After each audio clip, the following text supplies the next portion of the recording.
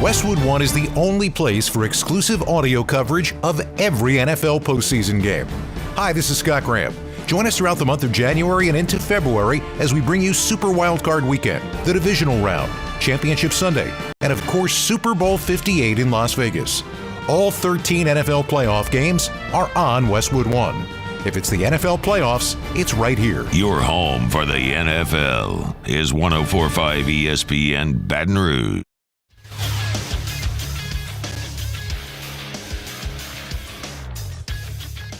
Good morning. It's 7 a.m. here on Monday, February 5th. Today in Baton Rouge, you can expect cloudy skies with a high of 61. In hour one of today's show, we recap LSU's busy sports weekend, and we talk Saints offensive coordinator news. You can follow us on Twitter or Instagram at OTB_ESPN, or watch us on YouTube at the 104.5 ESPN channel. Hour number one of Off the Bench, live from the Mercedes-Benz Baton Rouge studio, starts now. Let we go! All-Star Toyota presents Off the Bench with Jacob Hester and T-Bob Hebert. Yeah! Off the Bench with Hester and T-Bob. Hey, they said I got to come off the bench. All-Star Toyota presents Off the Bench with Hester and T-Bob. Yo. Yo, what's happening, yo? What's going on? Welcome in. It is Monday, February 5th, 2024. And we're back in studio, at least parts of us are. I'm T-Bob Hebert, Alondra Taylor here as well. Jake is going to be boots on the ground in Las Vegas all week long as he is covering the Super Bowl. We'll be checking in, getting the scene from the Super Bowl. It's going to be a lot of fun. Looking forward to it. We got a lot to get to today. A full weekend worth of multiple sports percolating out there. We're going to make fun of Alondra for being a Spurs fan. We did that LSU gymnastics meet, which was excellent. I think, Taylor, you might have gone as well. We got men's basketball, women's basketball, football news as the Saints staff shakeup continues. Look, it's a lot, okay? Weekend winners as well. YouTube.com/1045 ESPN if you want to get involved as well. You always can hit the like button, subscribe, all that stuff. What's going on, y'all? How we feeling? What's up, Alondra? What up? I feel good. Yeah, you feeling good? Yeah. Where'd you take in that game on Friday? At home. Yeah. So I was at home watching. I've got some things that I would like to say about it, but okay. Yeah. Okay. We'll one of them being that, like, honestly, this is just like a little. I really like Jeremy Sohan, and I know that, like, he's a little unreliable and inconsistent, but I feel like he's getting there, and he'll get there eventually. I like him a lot. I don't know much about him. I only learned about NBA teams through when they play the Pelicans. Yeah. And I mean, look, he had a solid night. He was number 10, kind of all over the place. Yeah, I like the blonde hair. I mean, the blonde hair jumps good at off. rebounding. Okay. Giving me Dennis Rodman vibes. Yep, I see it now. He had that one putback that was pretty spectacular. I know. As well. What about you, Taylor? How you feeling today, dude? How was your weekend?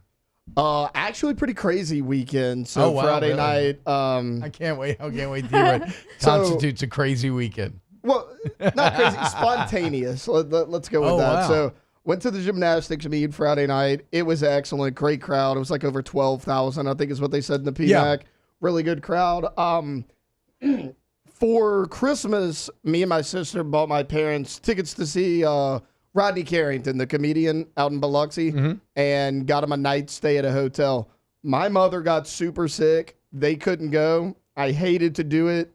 They forced me and Victoria to go take these tickets. Nice. So you took your we parents' took them. I paid them own back for them. tickets. So me and Victoria, I come home from the LSU basketball game about 1:30. I'm like, hey, you got 2 hours. Get dressed, pack up your bags. We're going. We stayed the night, drove back yesterday. So spontaneous weekend, had a lot of fun. It was at the Beau Rivage show. We got to hang out there a little bit. It was a good weekend. That's very spontaneous. I was about to say, I don't even think you need the adjective replacement of going from crazy to spontaneous. I'll grant that the rank of crazy. Yeah, I got a phone call Saturday, and they were like, hey, can you be ready in like 3 hours? I was like, yeah, if the game gets over in time, sure. So LSU gym, LSU basketball, and Rodney Carrington in Biloxi.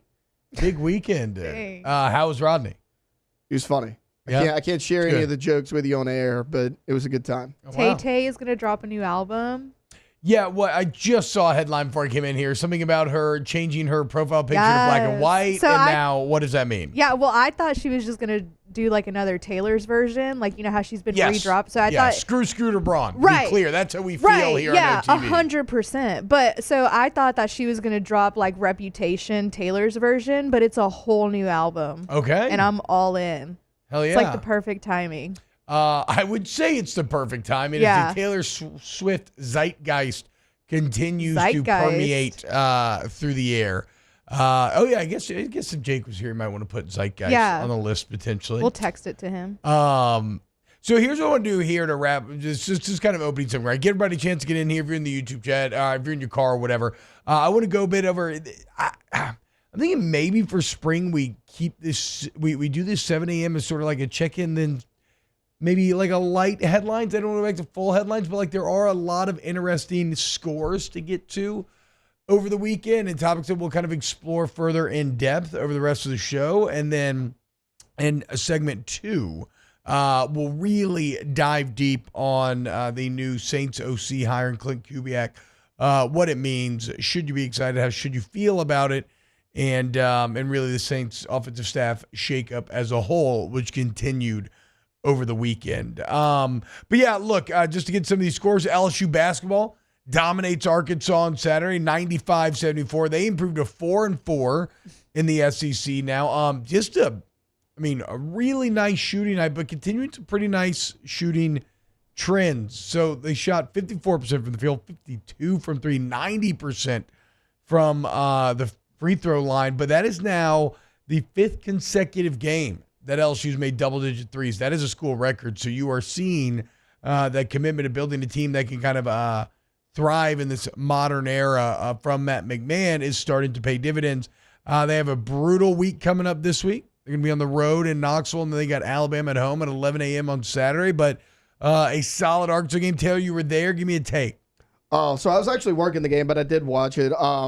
Great ball movement overall. Jalen Cook actually did not start this game. Trey Hannibal was the starting point guard for this game. Cook had a little bit of an injury. I mean, he came off the bench, scored every bit of his points in the second half. He was 7 of 7 from the free throw line, which you went 25 of 28 as a team from the free throw line and held the other team to under 65 points. You're winning that game, or held them to under 75 points. You're winning 9 times out of 10. Will Baker had his best game as a Tiger. He was phenomenal. Over 20 points. He was great from 3. He had 5 3-pointers in that ball game. Jordan Wright, 1 for 6. And if your best offensive player all year long goes 1 for 6, you're like, how do you score 96 points? And how does he score 13? That's because he went 10 of 11 from the free throw line. He was super aggressive. He manufactured points from the free throw line. And when they shot so good in the first half, you're like, okay, can they keep this up in the second half? Not only did they, it didn't matter because their defense was so good. Even if they didn't shoot quite as well in the second half, that defense was locked down all night long. You limited the number of threes wide open that Arkansas got because Tremont Mark can shoot the basketball. Yeah. Make no mistake about it. He's one of the best scorers in the conference. You limited what he did offensively. I mean, it was excellent. This was their best game of the year, both ends of the court. Yeah, I think they held Arkansas like 25% from 3 or something. And, I read that right. 10 free throws made before he hit that 3. Pushed from 13. So he keeps his double-digit streak alive. But so a nice win again, though. I mean, you're probably staring down 2 losses this week. If you find a way to win one of those games, that's a massive win. Like, if we check in next Monday and LSU's 5-5, that's a very big moment for Matt McMahon's build. LSU women bounce back at the statement, fall on the road, lost to Mississippi State. They absolutely trounce Florida 106-66. That 106 is the most in school history for an SEC game. Breaks a previous record back in 2004 from Alabama. That was 103. Anissa Mara goes for 18 and 20. Angel goes for 14 and 10. Haley Van Lith, 21.7 boards, 2 steals. Michaela Williams, 21 points. You hold Florida just 35% shooting, which I know has to make Coach Mulkey very happy. Well, you shoot 47% on 3. I mean, you smash them on the boards. You force 20 turnovers. You talk about a response, that LSU women's team responding. But the good week continued as LSU gymnastics Friday night in the PMAC. I was there. It was awesome. Number 5, LSU versus number 7, Arkansas. LSU wins 198.075 to to 196, which that 198.4 is a school record. The best score by any school thus far, by anybody thus far in the nation this year, and actually the 14th best score of all time in NCAA gymnastics. So, look, it was insanity. I was in that building. I mean, yes, like they said 12,000 over the loudspeaker. I mean, functionally, the place is, sold out. Like, it's packed. Like, you look, there's the odd empty seat, but there's no great route. It's just an electric environment. It's nonstop action. I brought my girls. They were, it's just, I don't know. It's quickly becoming one of my favorite live sports to enjoy. And it's insane when you have the quality of a gymnast that Coach Jay Clark's staff is currently fielding right now. 100th win for Jay Clark, and a school record on the floor as well as the entire. I mean, whatever. They were awesome. Shout out LSU gymnastics, and then finally, the New Orleans Pelicans break the Friday loss streak, do it in impressive fashion. The sequence at the end is one of my favorite basketball sequences ever because it involved all the superstars in different ways.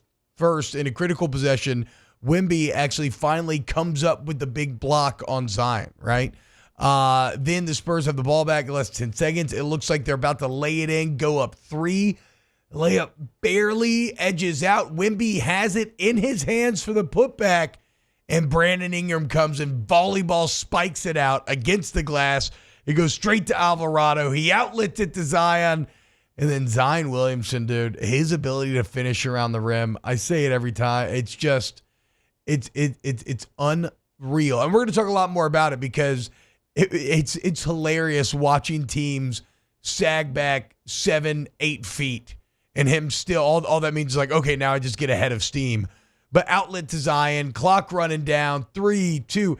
He hits this insane floater between 3 Spurs, even somehow has like the wherewithal to get it over Wemby's hand on the trail and drops in. Pels up 1. Solid defense by Dyson Daniels last possession.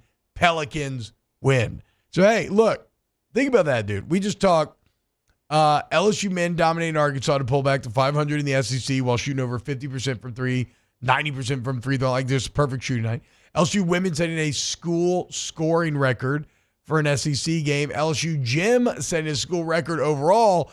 And then the Pelicans finishing with a beautiful road dub with your superstars combining defensively and offensively for the win. Like that is a great sports weekend, my friends. So shout out to all the athletes who brought it about. All right, coming up next, let's go ahead and dive into this New Orleans Saints staff shakeup. What do you think about the hiring of Klint Kubiak? If you want to get some early takes in, youtube.com/1045ESPN, the Bayou Ford YouTube chat, you can do that. And we'll break it down next here at OTB. Off the Bench with Hester and T-Bob. ESPN Baton Rouge, New Orleans, Alexandria, and 1130 The Tiger. Go to allstartoyotabatonrouge.com, allstartoyota of Baton Rouge.com. The website's great for a couple things. You can go check out the deals they got. You can go start to browse the inventory, right? Whether you buy new, used, maybe Toyota. It's always a Toyota certified used vehicle, right? Where you still get that warranty coverage. Maybe you just need a rent. Hit up Miss Lisa Sessions in the rental apartment. You can also, though, schedule service on the website. And remember, you get in an accident, insurance claims are welcome. They got an incredible body shop there. All makes and models are welcome. Does not have to be a Toyota. And if you mention OTB, you mention Jake, you mention T-Bob, whatever, you get $100 towards that deductible. And then you get the things like, look, the free professional estimates, the excellent communication that keeps you abreast of the situation the entire time, the shuttle service, the rental cars right there on site for the biggest jobs. It's all there for you at All-Star. All-Star Toyota Baton Rouge, allstartoyotabatonrouge.com. In times of need, get a full list of phone numbers, websites, and other important emergency information on the Demco Stormwatch page at 1045ESPN.com. Bayou Chrysler Dodge Jeep Ram has $20,000 off new 23 Ram 1500 Black Widow trucks, $20,000 off new Ram 1500 trucks, and all new Bayou Automotive vehicles come with a 1 million mile warranty. The crew at Bayou Automotive is going to do right by you. Dylan Cruz here to tell you about Six Rings Baseball and Softball Camp. If you live on the North Shore and play ball, go to Six Rings Camps with former LSU assistant coach Dan Canaveri. His knowledge is second to none, and your child will improve and have fun doing it. Camps were held at Coquille Park and Six Rings Academy in Covington with 4 sessions over the summer. Full day and morning only sessions are available from ages 7 to 13. Go to sixringsbaseball.com or call 985-206-9096. Learn the game to love the game. I've been doing business with Luba for 25 years. They're dependable, trustworthy. It's just the attention to detail with our clients. Our folks have years and years of experience. They're highly trained professionals, but many companies have that asset. What I'd like to think makes Luba a bit different is that we use those talents in a way that truly is dedicated to serving the needs of the folks who depend on us.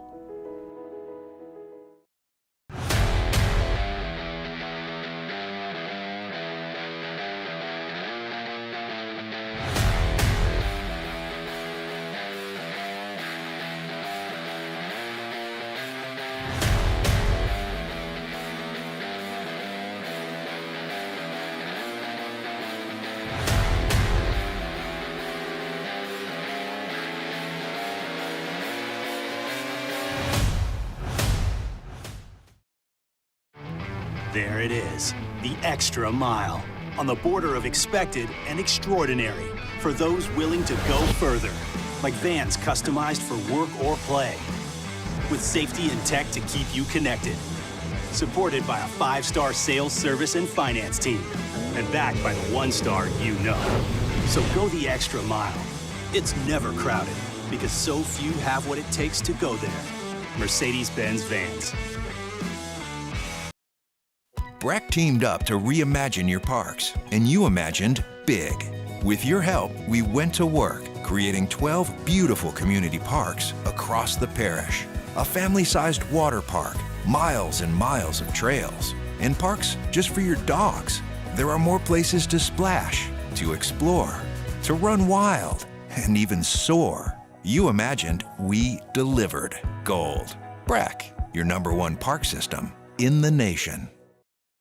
Gulf Coast Bank and Trust is giving our customers the power to bank anywhere, anytime during this challenging event. And we're right there with you. Our mobile banking app is a smart way.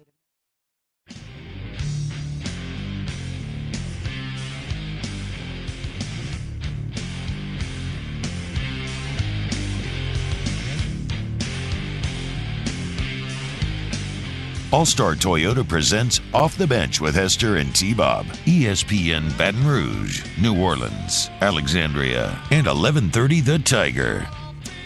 A&M QB Dylan Sutherland says Kubiak's a good hire and will make a good interim coach next season. That's yeah. I mean, look, there is a little bit of that thought out there. I mean, why wouldn't there be, right? Right now, all you do is hire a head coach that has McVay and Shanahan ties, and Kubiak definitely has that. Here's the thing about okay, let's start over. In case you missed it, the Saints hired Klint Kubiak to be their OC, or they're going to, right? They're in the process of finalizing. It will likely be announced officially after the Super Bowl is done. And the reason why is because Kubiak is currently the passing game coordinator for the San Francisco 49ers. And I think we said it last week when we were in Mobile, but this was by far the most intriguing name on a surface level, right? Now, let's be clear. I'm not out here grinding OC film. And I don't think anybody you're going to listen to really, I don't think anybody is, quite frankly, right? Like, if you want to go to like a New Orleans football or check out like Luke Johnson's work at NOLA.com, Times Picayune, like, and Cat Terrell, like, yes, the Saints beat writers, I trust them, and I think they actually probably are doing that legwork. It's us talking heads that don't necessarily are. So I guess what this is getting at is like, I don't want to sell you a bill of goods that I've evaluated, that I was watching all of the film between the different names, that Kubiak was definitely the best choice. What I will tell you is, maybe I'm dumb, but his resume was the most exciting out of everyone's. And I, again, maybe dumb, but I kind of find the hiring to be pretty exciting, right? Again, he has play calling experience. He was the Vikings OC and play caller in 2021. He then became Denver's passing game coordinator and QB coach in 22. He ended up calling the plays the second half of the year. Now, I will say this. Neither of those stops are great. Right? They weren't like abject disasters either, but it wasn't like he lit the world on fire. Calling plays, both tenures were all right, but still, just having that experience, I think, matters. And then it is the simple issue of having connections to both the Shanahan and McVay trees, which, again, is lazy analysis, but not without merit, as you've seen multiple coaches from those trees land in multiple different spots, and a lot of them have had success. Not everyone. It's never going to be 100% hit rate, obviously, but a lot of them have had success. And the bottom line is that perhaps nobody is more set up for a big-time step forward than are your New Orleans Saints. And the reason being is because the system that you were employing was archaic, very behind the times. And it feels dumb. Like, it really feels dumb. Like, and granted, we do this job every day, sitting here talking to Mike, talking about sports. So, like, sometimes it's hard to maintain perspective. It's hard to see the forest through the trees, if you will. And so I don't know how aware y'all are of, like, the Saints offense and its complaints and what went wrong with it this year. And so when you hear me and hear us continuing to talk about pre-snap motion and play action, it feels dumb because it feels obvious, right?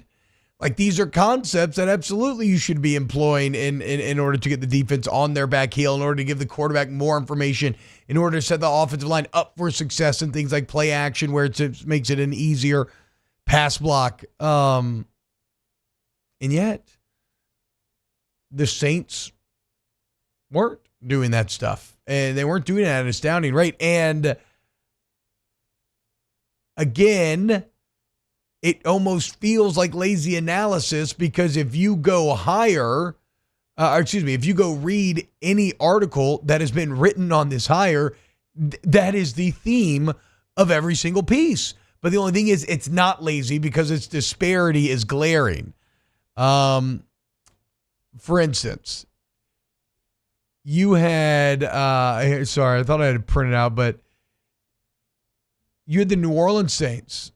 Oh, I do have it printed out. I'm an idiot. It's right here in front of me. The New Orleans Saints last year. And remember, this is with a drastic difference. Post Nick Underhill piece on New Orleans Football, in which he called out the Saints for not using either of these concepts. They got much better at it. They start using it way more. But still, you look at the season's end. The Saints used motion on 366 plays. They used play action 98 times.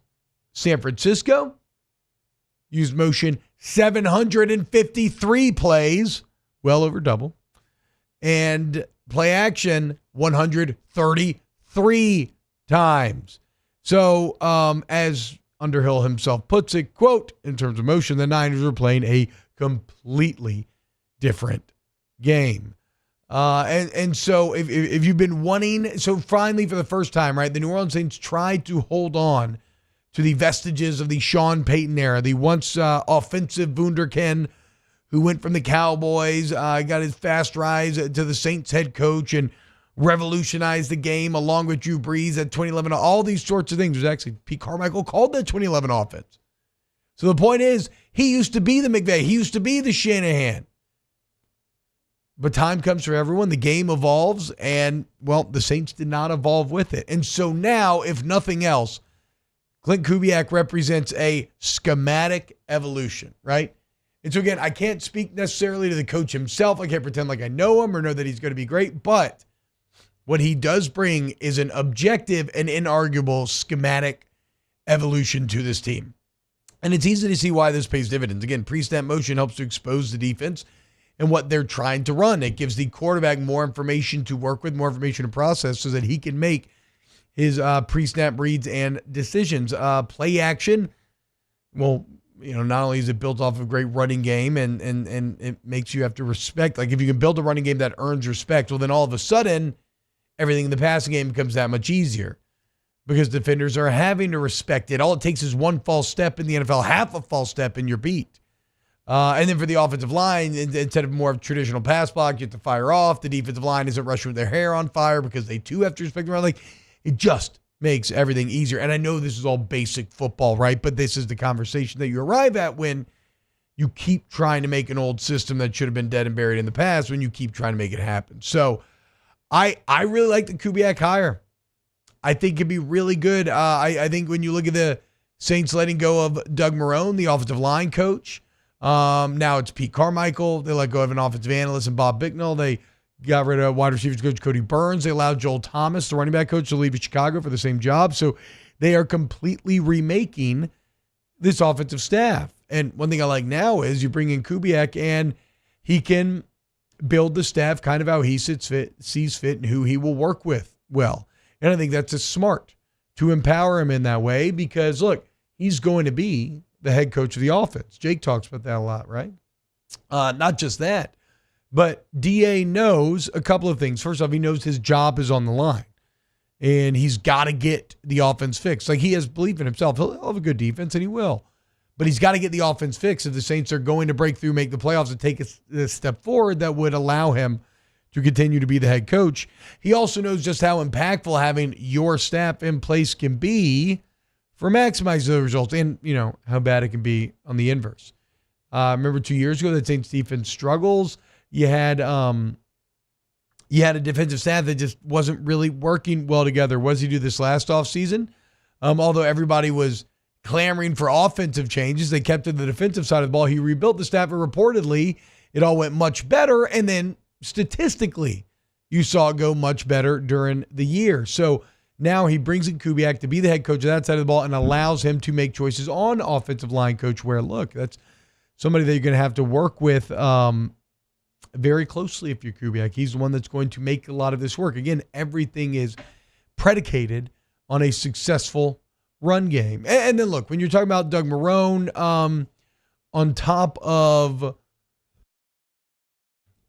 whatever offensive struggles you had, it's just impossible. And on top of maybe this idea that you wanted to bring in somebody that Kubiak likes or gets to choose at offensive line coach, it is impossible not to think about the Trevor Penning element, right? Like when you have a first round pick in your room and that guy fails to develop to the extent that Penning has, well, that is going to loom large. And look, to be fair, Marrone, I think, really helped get a guy like Cesar Ruiz back on track and did some very good things, but it just didn't work with Penning. And whoever does get hired as O-line coach, that's going to be priority number one, is getting Penning right.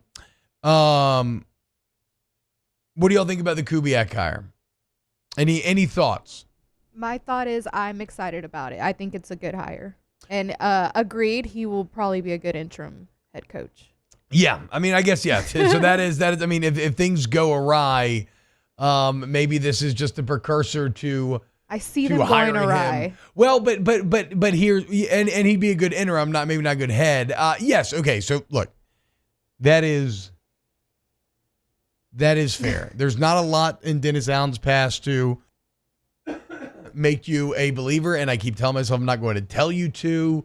But if Kubiak is actually a good hire, then things should not go awry, right? Yeah. Like Dennis Allen will turn in a good defense. Yeah. So if Kubiak is actually good and has Derek Carr good, well, then he should never be interim, because if it's a bad hire, then yes, maybe you just make him that because whatever. But if he is a good hire, then everything should work. Yeah. Yeah, that's fair. what I was going to say, T-Bob.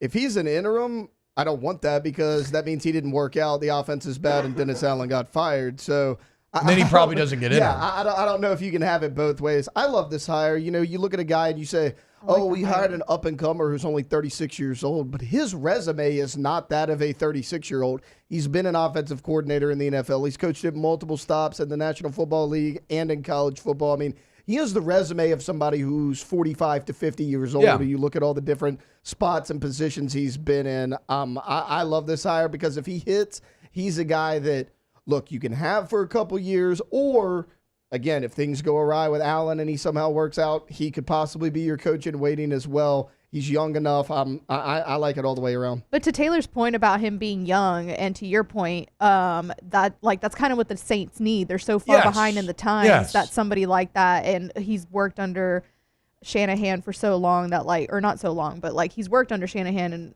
has that experience as well. The dream would be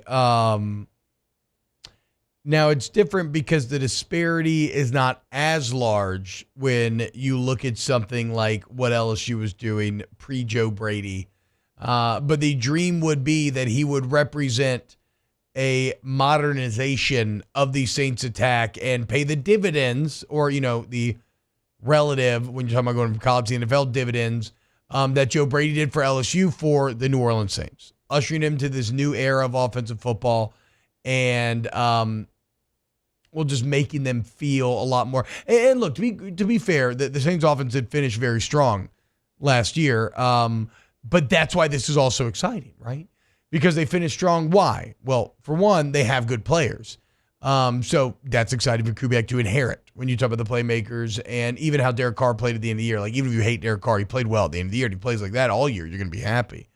So you have good players, but maybe more importantly, at the end of the year, you did start doing motion and play actions. And even though this was some sort of shoehorned changes that you just made midstream, look at the dividends that it paid. What now happens when you have an entire offseason of building this offense from the ground up with these sort of concepts in play? Well, okay, you can see why that becomes a bit exciting. So, yeah, I think this has real potential. Again, I'm trying to stop myself from going too over the top in terms of sunshine pumping here. But I think this is a good move. I think it pays dividends. Though only time will tell. What do you think?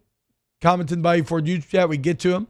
I want to explore some Brian Kelly. Oh, actually, it comes from the Jake and Chris Doring interview that we played for you on Friday. But there's a conversation that kind of developed over the weekend around how to build DBU. Let's get to it next here on Off the Bench. Off the Bench with Hester and T-Bob. Community Steel Company, CommunitySteelCo.com. You go to the Community Steel Company today, any purlin, tubing, steel build needs that you have, Community Steel's going to get you right, man. They're right there, Gonzales, Louisiana, okay? They're local. And that's great for a couple of reasons. First off, a live and local sales team that gets to know you, your business, whatever your personal needs are, and so they can better serve you. And they're just fun people, really, quite frankly. If you go check them out, you're going to be like, oh, wow, I want to work with these people.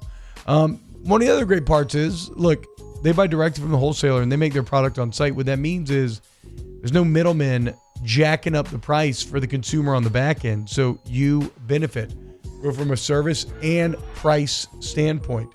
Also, I think there's something said for touching the product, seeing it, feeling it, tasting it before you buy. And that's what you can do at Community Steel. So go see them today. They're in Gonzales, Louisiana, or check them out online, CommunitySteelCo.com. Our listeners fire off their opinions on the JimsFirearms.net hotline at 499-1045. Keep listening for your next chance to shoot us your thoughts with the JimsFirearms.net hotline on 1045 ESPN Baton Rouge. Gulf Coast Bank and Trust is giving our customers the power to bank anywhere, anytime during this challenging event. And we're right there with you. Our mobile banking app is a smart way to manage your money and time. Gulf Coast Bank and Trust, the bank that cares about you.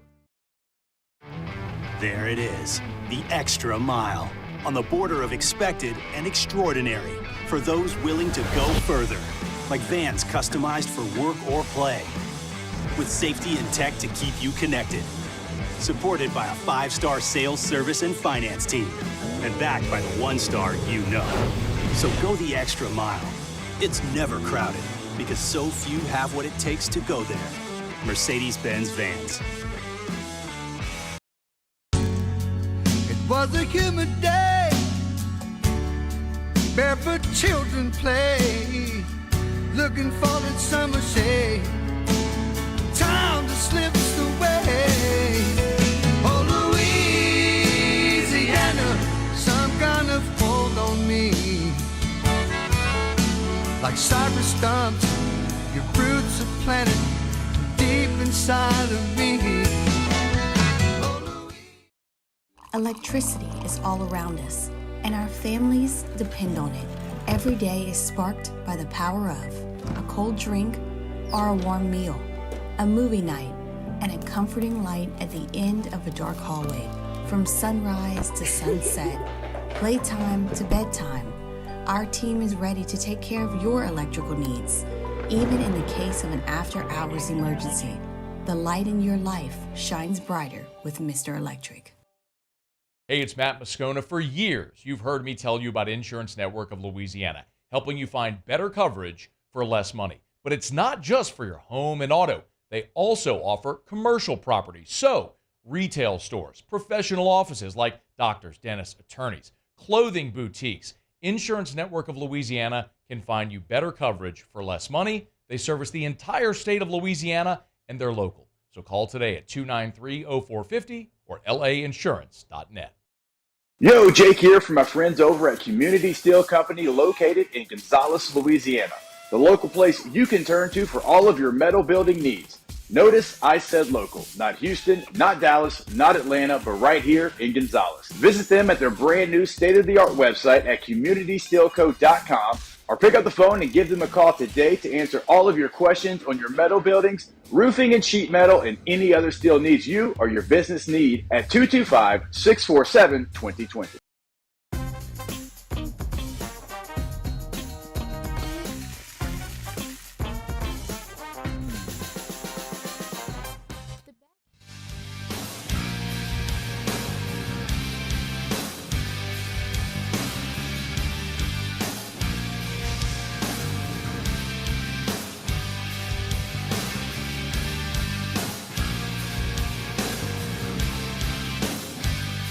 All-Star Toyota presents Off the Bench with Hester and T-Bob. ESPN Baton Rouge, New Orleans, Alexandria, and 1130 The Tiger.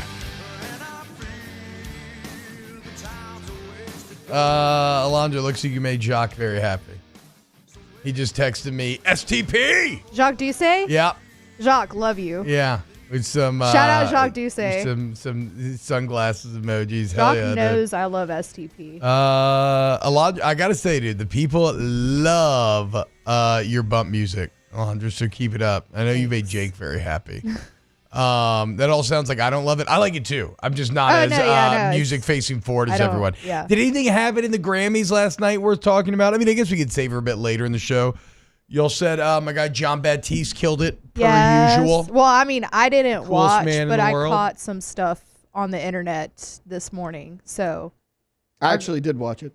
Yeah, it was a good time. Yeah, you watched it? I did. I haven't watched the He has a Grammys wife. in 6 Yeah, years. no. I know plenty of people that have wives that maybe didn't watch the Grammys, and I don't think it's that's fair. I don't think it's necessarily a wife-husband line of delineation. Though certainly, I think it would skew female. To your point, that is fair. I don't know. I thought Taylor would be watching like a random SEC basketball game or something. There wasn't a ton on Sunday night. Oh, okay, there you go. Saturday's the day. yeah, Sunday is like women's basketball. Yeah. They were so Sunday night's like women's basketball, Saturday night. But yeah, our girl Lainey Wilson. Okay. From Baskin, Yeah, Louisiana, hell yeah. won Country Album of the Year Whoa, last Country night. Album of the Year? Yeah. Oh, dude, that's huge. Yes. Oh, nice. She's great. Shout out, dude. I love Lainey Wilson. When her and Hardy came to town, Yeah. I went to that, and I got to meet some of her family, some good old country folks. They're country. Right there, Bo. I saw her at the Sugar Bowl kickoff with Garth, and she was great. And then I saw her when we were in Nashville in November, and she's awesome. She's I actually love been her touring so with much. Luke Combs the last year too, like his Yeah. stadium tour. She's been with him, and My sister went. She said she was awesome. She's great. I've seen Lainey a few times. She's so great. so if you win best country album, then you get to headline your own tour, right? She Because should have right to now, headline her. right now she's like opening for people. This feels like a moment where you should then evolve and you get to 100%. be the main show. Yeah, I hope so. I would love for her to come back to Louisiana. I think she's going to be in Monroe soon. How do y'all feel about this? Champ says Morgan Wallen sold 7 times the country albums that Lainey did, yet she won. I love her, but the slander of Morgan is crazy. Morgan Wallen is probably the biggest artist out right now. Like I mean, I don't know how they measure stuff at the Grammys. Like, so I can't really. I mean, it's not just sales; it's got to be subjective, right? It has to be. It's yeah. like judges So like, I or really don't know how panels or they judge that. Guys, but it's music. It's opinionated. Like these people listen to the albums. They Yeah. vote on everything. You may not agree. I think they got it right. I think Lainey had a better album. I think she makes better like music. Morgan Wallen. But I mean, I do. I think they got it right. I'm She had just more hits on her laughing. album. I'm just laughing because one of my favorite parts about Taylor is that, and it's especially great in this job, right? I want you to have takes. I want you to have strong opinions. And the fact that you have they got it right take lined up for Grammy Country Album of the Year is They did. They got it right. She had more hits on her album. People are going to say, oh, well, Morgan Wallen had more hits. No, they played He the kinda same 3 did. songs over and over. Well, Her no. entire album, top to bottom, was better. I don't think it's the same 3 songs for Morgan Wallen. Morgan Wallen had what, 34 songs on Yeah, his 20, album? 22. 22 songs on his album. 22 on this year's and album. you're going to tell me only 3 of them were good songs? No, like I think they're great, the but they play whole the same 3 or 4. I mean, they don't do. know. Is that true or false? I don't That's know. true. Look, They play the same Lainey Wilson songs too, though. They play "Heart Like a Truck," and then they play "What Things a Man Ought to Know," and then they play like all of the Morgan Wallen songs. These song titles you just threw out at me could be coming from an AI generator. Yeah, right. Like, hey, Heart give like me a country truck song. and Yeah. things a But, man like, needs to know. Oh, she Hell has yeah, one dude. called. She has one called "Hillbilly Hippies." So like now that's more my speed. I'm but down for some Morgan hillbilly Wallen hippies. it talks about Silverados in all of his his Yes. songs. Yeah, yeah, so, yeah. but like, I don't know. I don't know how the Grammys measure who they give stuff to. So I don't know. But yes, I would agree. They got it Morgan right. Wallen is. Yeah, they got it right. They got it right. I agree. Go Laney. I mean, Morgan Wallen's a little Ole Miss loser, so I don't care, dude. Get the hell up out of here, dude. He likes He's a Tennessee fan. He's I thought he was an Tennessee. Ole Miss fan. No, Nah, he's a Tennessee fan. What was it? I think he canceled his concert in In Oxford or Oxford. something. Yeah. Oh, okay. So that's people what were it was. pissed. Yeah. I mean, Shout out Lainey Wilson. Okay, whatever. He's not from Louisiana either way. no, he's So not. screw Yeah, him. no. Shout out Lainey Wilson. Yeah. I love Lainey. They got it right. Here on OTV, we agree with the Grammy. the Grammys judging and nomination process. To tie it back to football, she's dating Who? Duck Hodges, Devlin Hodges. What? From the Packers. What? Or she was last time I I'm checked. saying what a legend Duck is, dude. Right? Talk So not about- only yeah. did he make himself into an NFL starting quarterback somehow for at least a time out of nowhere, Yeah. but now he's probably going to be one of those guys that makes millions being a backup for like 15 years, and he's dating Lainey Wilson. Yeah, talk about Yeah. playing up a level. Heart like a duck. Okay, yeah. Huh? Yeah. That's pretty good. Yeah. Champ says Lainey has 4 number 1 songs today. Morgan Wallen has 13. Yeah, that's what I'm saying. Like more. But which came off the album? That's what I'm saying. Which came Like, off the album. He had a then. double Okay. album last Well, yeah, We're not because she talking has about a total single out Spotify right now. plays. Well, she has a single out right now that's probably getting her a lot of plays. Yeah, for sure. He had 2 double albums come out. One last year, one this year. You got to look at the one calendar year. And look, we have Texas versus LP here, so like I would say that both Also, of our. we both work on Tiger. That's true. So That's we're true, both yes. country radio as well. But I'm about to say y'all are well. Actually, yeah, y'all are well suited to commenting on this for sure. Yeah. For sure. These are in-house experts. I was at the CMAs in November. I think we're very check Alondra's bona fides. Yeah. Okay. At the CMAs, nerds. Let's get to. Do they have an album together? John Joel No. says their album together is banging. Wait, do they? They don't have an album together. They might have a song together. I Maybe don't he's know. just trying to make a joke. I don't know. Yeah, maybe. All right, look, sorry. I did not mean to go down a Grammys path, but they got it right. So congratulations to Lainey Wilson, Best Country Album winner last night. When we get back, then we'll get. I do want to get into this Brian Kelly conversation, maybe carry it over into the 8 a.m. as well. We got weekend winners coming at 9. No Devin Snow today, although he'll probably come up in weekend winners. You'll figure out why. But Dev texts me he has jury duty. So we're going to get him on a bit later in the week. Somebody bring Dev some red beans to the courtroom today for lunch to keep the I would love nothing more than if they had some sort of cafeteria there for the jurors, and that if they would supply red beans, and that if Dev's RB&R today could be actually from the courtroom. We'll see. Maybe he had to film ahead. Who knows? All right, when we get back, let's close that hour 1 of OTB. Off the bench with Hester and T-Bob. Tommy's Windows, Doors, and Siding.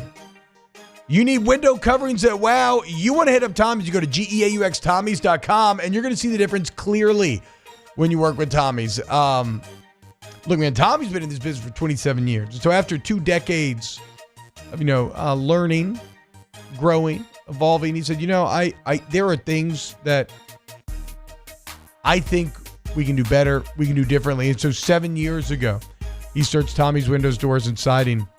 And well, guess what? 7 years in a row has been honored with the Angie Service Award. So they have such massively good reviews. They have a very strong price point. Customer service, second to none. Okay? You matter to Tommy's. Let him prove it to you. Okay? Make Tommy's Windows one of your 3 bids for your project and let them prove it to you. Okay? GEAUXTommy's.com. That's Tommy's Windows, Doors, and Siding. In times of need, get a full list of phone numbers, websites, and other important emergency information on the Demco Stormwatch page at 1045ESPN.com.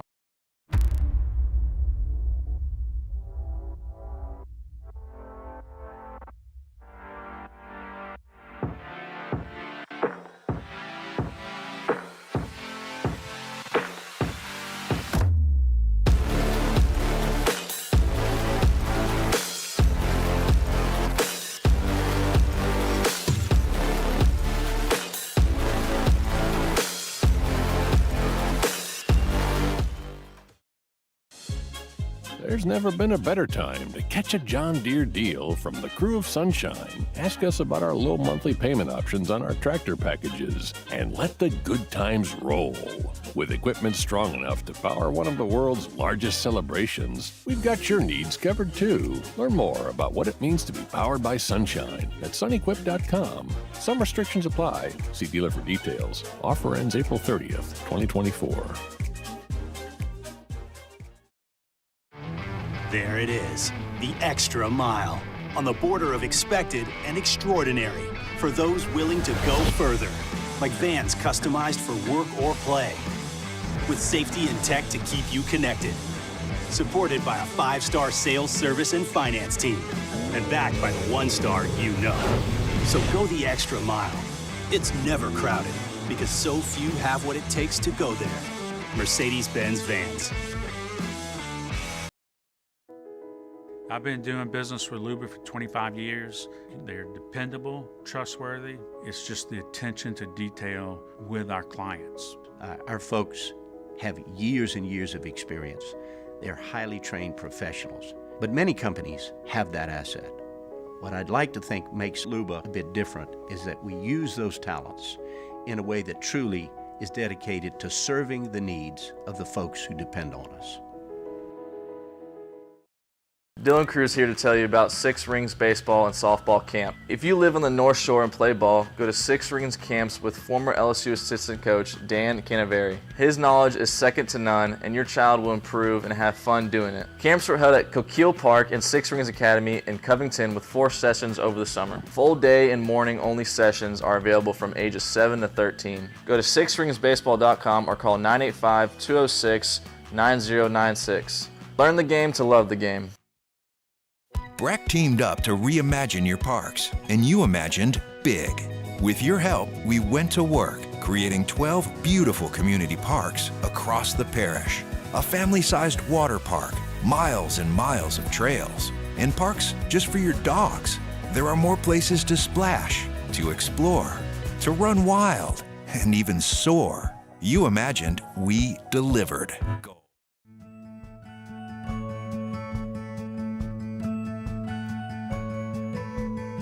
I never stay in one place too long. A dirt road singing me a siren song. I gotta find a field. I need to spin my wheels. All-Star Toyota presents Off the Bench with Hester and T-Bob. ESPN Baton Rouge, New Orleans, Alexandria, and 1130 The Tiger. That is, she got a very Dolly-esque voice. She does. For sure. I remember hearing this at that concert. People were going crazy when this came on. Got a heart for a duck, turns out. Shout out Devlin. All right, let's get into some of this. So there's people are talking about shows to watch. We get into that a bit later as well. Daniel Blunt's been in a weird one, Doom Patrol. Yeah, I've heard Doom Patrol's very good. Maybe we'll do it one day. Probably not. Maybe. So LSU, okay, first off, recruiting news over the weekend. Second sign days this week, right?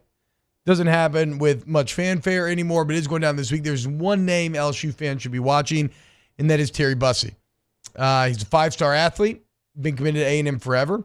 Coaching changes happened, so he did not sign day one. He gave LSU the last visit of the cycle. This was last Wednesday. It appears to be 50-50 right now between A&M and LSU, though Georgia is still getting quotes and being talked about. If he commits to LSU on signing day, not only will that be the fourth five-star of the class, might be the second or third consensus, right? But according to On3, it'd be their fourth five-star, along with Weston Davis, Trey'Dez Green, and Dominic McKinley. But that would probably push them to top five consensus, probably up to six at least. And already, remember, in the On3 rankings alone right now, they're the third ranked class in the entire country. So it would be a real, it's already a great class. I don't think it needs any additional flourish, but it would be a real flourish if they were to finish with Terry Bussey. So Corey Raymond trying to do his best to get him. And it's in keeping with the philosophy that Brian Kelly espoused on off campus when he sat down with Jay Kessler and Chris Dorian at the Senior Bowl. We said, look, we have 19 scholarship players right now at cornerback and safety. Okay? Like at a certain point, those guys have to pay off. We have to build that position through high school. And there's a take on Twitter from a guy, Max Toscano, who used to write for Valley Shook and now he's getting into coaching and everything. And he says, this is like Miles defending the 14 offense, essentially saying like it's a symbol of their physicality, right? This is bad strategy to say like we're not going to the portal to get these DBs. And I like Max's takes a lot. And he's another guy that has strong takes, right? But I do disagree with this one a bit. And the reason lies in the fact that if you truly want to recapture the moniker of DBU and bring back those defensive glory days, simply put, you can't accomplish that through the transfer portal. I'm not saying you're not open to guys, and they would be. Like if they suddenly had the inside path on a Caleb Downs or something, of course you take that guy. But Caleb Downs is the edge case. He's the exception, not the rule, right?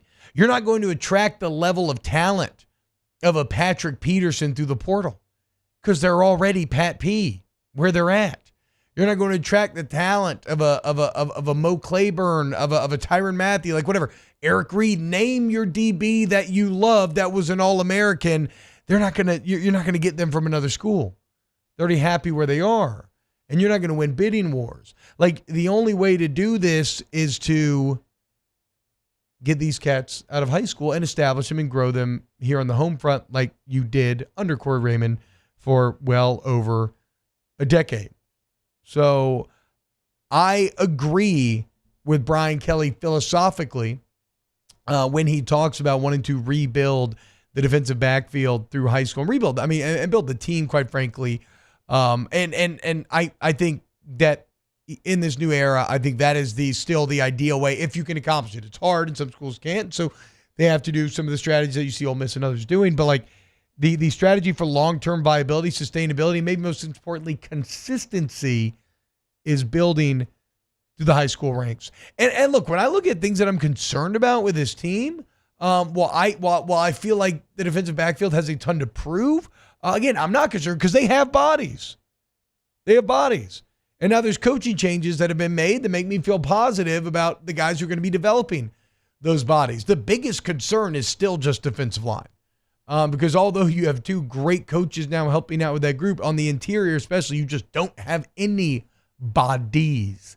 Not anybody, but any bodies. Like, you just don't have the raw numbers that you need. But that, too, is a position where likely here in the short term, you'll have to try to supplement with some late Pirtle additions. And then, you kind of use Dominic McKinley and some of these other classes going forward as a launching pad to try to reestablish some of that consistency.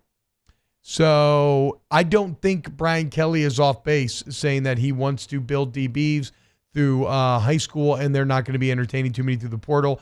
And again, I don't just, don't be so foolish as to think that you wouldn't kick the tires or pursue the biggest names that come available, because you definitely will. But if you really want to recapture DBU and the greatness and the glory of the past, that can only be done through high school. You can never get the consistent amount of talent that you had at that time if you're constantly just trying to poach and take in unhappy players at other spots. OTB, hour number 2, coming up next. Off the Bench with Hester and T-Bob. MMR, baby. You already know, the largest industrial contractor in the entire nation, the MMR Group. And look, they want to recruit multiple different levels of employees from an experience standpoint, right?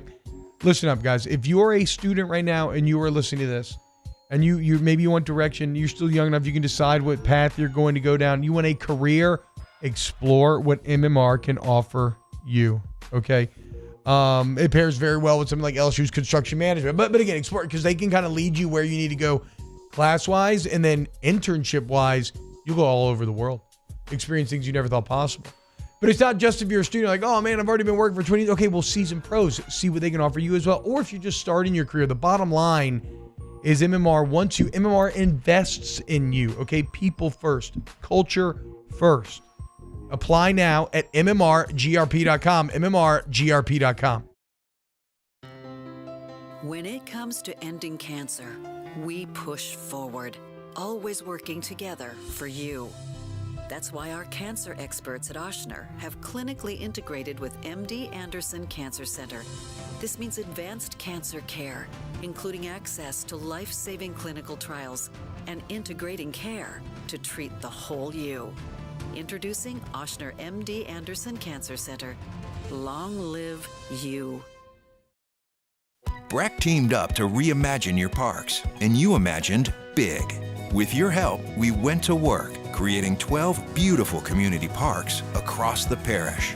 A family-sized water park, miles and miles of trails, and parks just for your dogs. There are more places to splash, to explore, to run wild, and even soar. You imagined, we delivered. Gold. Breck, your #1 park system in the nation. Happy New Year from your friends at Front to Back Boat Service. And what better way to kick off your new year than by taking your boat to the next level? Get the boat of your dreams, and that's where Front to Back comes into play. You want that spot lock trolling motor that's going to keep you right there on the water where you need to be. How about some forward-facing sonar that actually shows you the fish before you even cast? Custom stereo jobs, all of it. Sherman family's been doing it for 38 years. Go to fronttobackboatservice.com.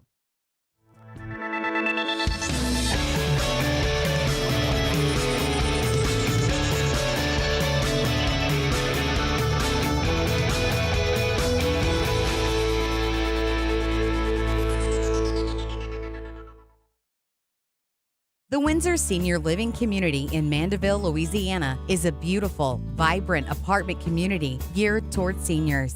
They are nestled right in the heart of Mandeville, where seniors live a more carefree lifestyle in spacious apartments with the peace of mind that comes from having a little extra help. Call the Windsor at 985-624-8040 to schedule a lunch and tour. Come see how the Windsor can be your passport to peace of mind. Electricity is all around us, and our families depend on it. Every day is sparked by the power of a cold drink or a warm meal, a movie night, and a comforting light at the end of a dark hallway.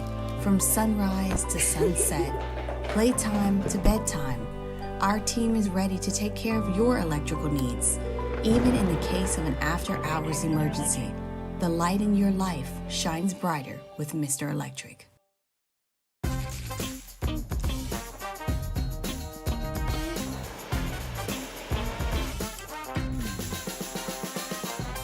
The best kept secret in town is out. Discover Tallulah at the Renaissance Hotel on Bluebonnet.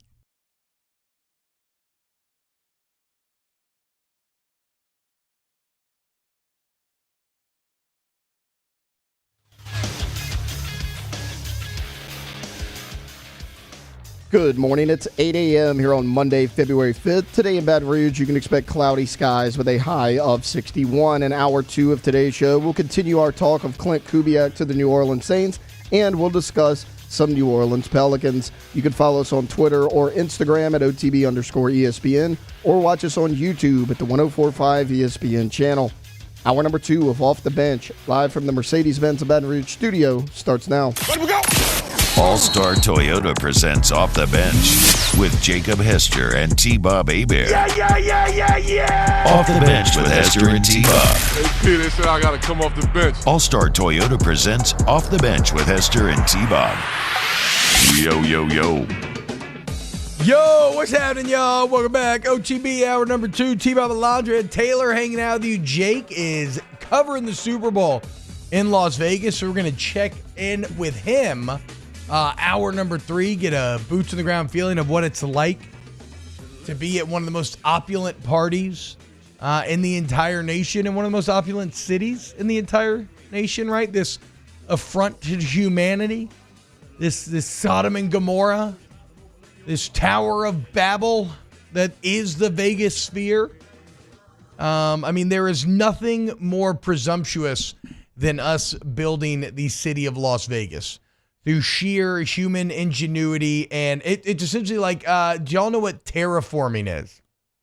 Ever heard of terraforming? It sounds negative. Sounds like Terra is like Earth. Yes, okay. Forming, I would say you're making something out of the earth. Okay. Or dirt. See, Taylor, that's called context clues. Yeah. That's called etymological thinking, and I'm going to need more of it. Also, from you. Latin. Exactly. Yeah. Weren't you just happy like a week ago when I talked about crunching the numbers? Yeah. Okay. But what have you done for me lately, Taylor? You know what I'm saying? What are you going to, you're just going to trade? I mean, you classic Cowboys fan, you know? Right. Living in the past. Yeah. Okay. What's going on now? That's what we're talking about here. But yes, terraforming is when it's like in sci-fi a lot, you'll see it like for how we're going to colonize other planets. You're going to take Mars and you're going to terraform it through, and make it livable. Vegas for and human Mars? beings. Well, that's kind of the point, right? Creating that city out of the desert is not unlike early stage terraforming. That's true. Where nothing should survive there. There shouldn't be water. There shouldn't be these pool parties, these giant buildings, this massive ecosystem. But there is, because we got smart enough to figure out that we could. Now, have we gone too far? I'm not entirely sure. I think we have. The sphere kind of freaks me out. The sphere is crazy. The sphere is crazy. I'm also just not a Vegas person. I'm not. I've been one time. I went once and I decided I didn't like it. I went to go see Taylor Swift. Oh, how was that? It was great. It was like one of her first shows for the Eras Tour. Have you ever been to Vegas, Taylor? Are you a Vegas person? Yeah, I've been to Vegas. It's awesome. I love Vegas. So I'm not the biggest gambler, so it's all right. And plus, like I went one time for a bachelor party when none of us really had any money, which, you know, it's kind of tough to get by sometimes. But I did have one of the most fun days of my life at like a pool party and stuff. So I get it. I definitely get the appeal. Have you heard the complaint with the Sphere? People No. who have seen concerts at it. Okay, so the Sphere is all about like, you know, the background as much as it is the concert. Yeah. You know, the special effects on the Sphere. Well, apparently there's seats under the balcony, but the problem is you can't look up and see everything above you if you're sitting under the balcony. So there's that's impeding views. Yeah. Yeah, that's really dumb. Somebody send that to the, do you follow that account on Twitter, the college football account? I can't remember what it's called. It's like called obstructive views or something. I don't understand it. There's something really obsessive about it, and I like them a lot. They're cool guys, but they're definitely in the sicko family. It's an account that just goes around the country, and I mean goes to the most random of college football games and purposely just seeks out tickets that you can purchase in which you can't actually see anything. And again, like I mean, I don't understand the economics of it because they're literally committing their entire lives, I feel like, to traveling and finding these seats. But yeah, send them to the Sphere. They deserve it. No, they've had a couple of SEC schools. I think it was either Ole Miss or Mississippi State. There was a seat like right by the press box. That's how it always but it was goes. behind the press box. And then they went to Vanderbilt, which the stadium's under construction, and there was like a big piece of scaffolding sitting like right in front of them. And they couldn't you know see, the account I'm talking about. But it's not always just the SEC. They'll be at like random small level, even group of 5 games. So yeah, the Sphere kind of freaked me out for a while, but I got to say this, dude, I'm really excited.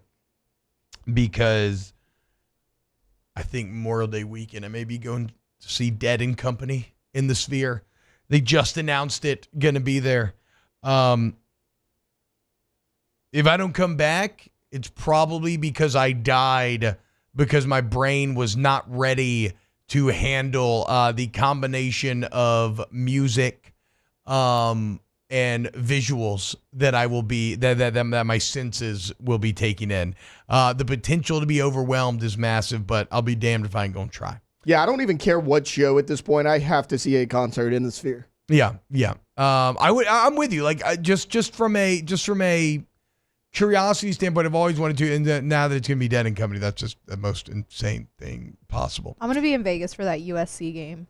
I think some of us should be as well for work, right? I'm not entirely sure what the plans are. I didn't mean for work. I was just gonna. You're just going that weekend. Well, yeah. Hell yeah. My neighbors are getting married there in Vegas that weekend, so we're making it a whole thing. Is Elvis marrying them? No, they're actually. I'm not even gonna say where they're gonna get married because. Yeah, we can't dox their wedding. Yeah. But that's awesome. I'd probably get canceled too. Congratulations to your neighbors. Yeah. I'm trying to get whiskey and wine. I mean, I was gonna say I can definitely do something while I'm there if y'all need me to. Oh my God, dude, this is I could fight Hunt Palmer right now in the Bayou Ford YouTube chat. He says, went to Dead and Company show in New Orleans for a bachelor party. Watched LSU Texas baseball on my phone the entire time. Awesome.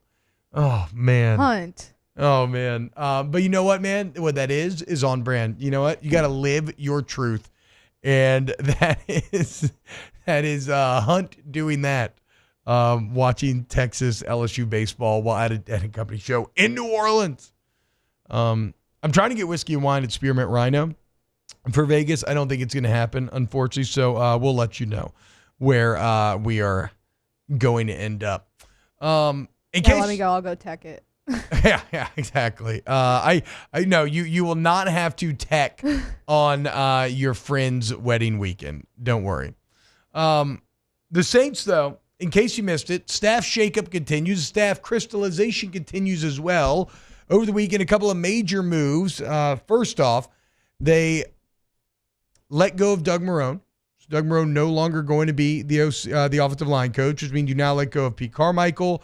You let go of Doug Marrone, the O-line coach, wide receiver coach Cody Burns. You had the running back coach Joel Thomas leave for Chicago, and even an offensive analyst, Bob Bicknell, ends up getting released as well. Meaning you have tight end coach Clancy Barone, quarterback coach Ronald Curry still here, and now the big news that over the weekend the New Orleans Saints hire Klint Kubiak. We discussed it a bit in hour one, but again, from a pure resume standpoint, it's very exciting. From an association standpoint, in terms of the names that he associates with, it's very exciting. The hope is that it is the move to usher in the New Orleans Saints to the modern era. Interestingly, it does come on the heels of a year in which defense won this year in the NFL.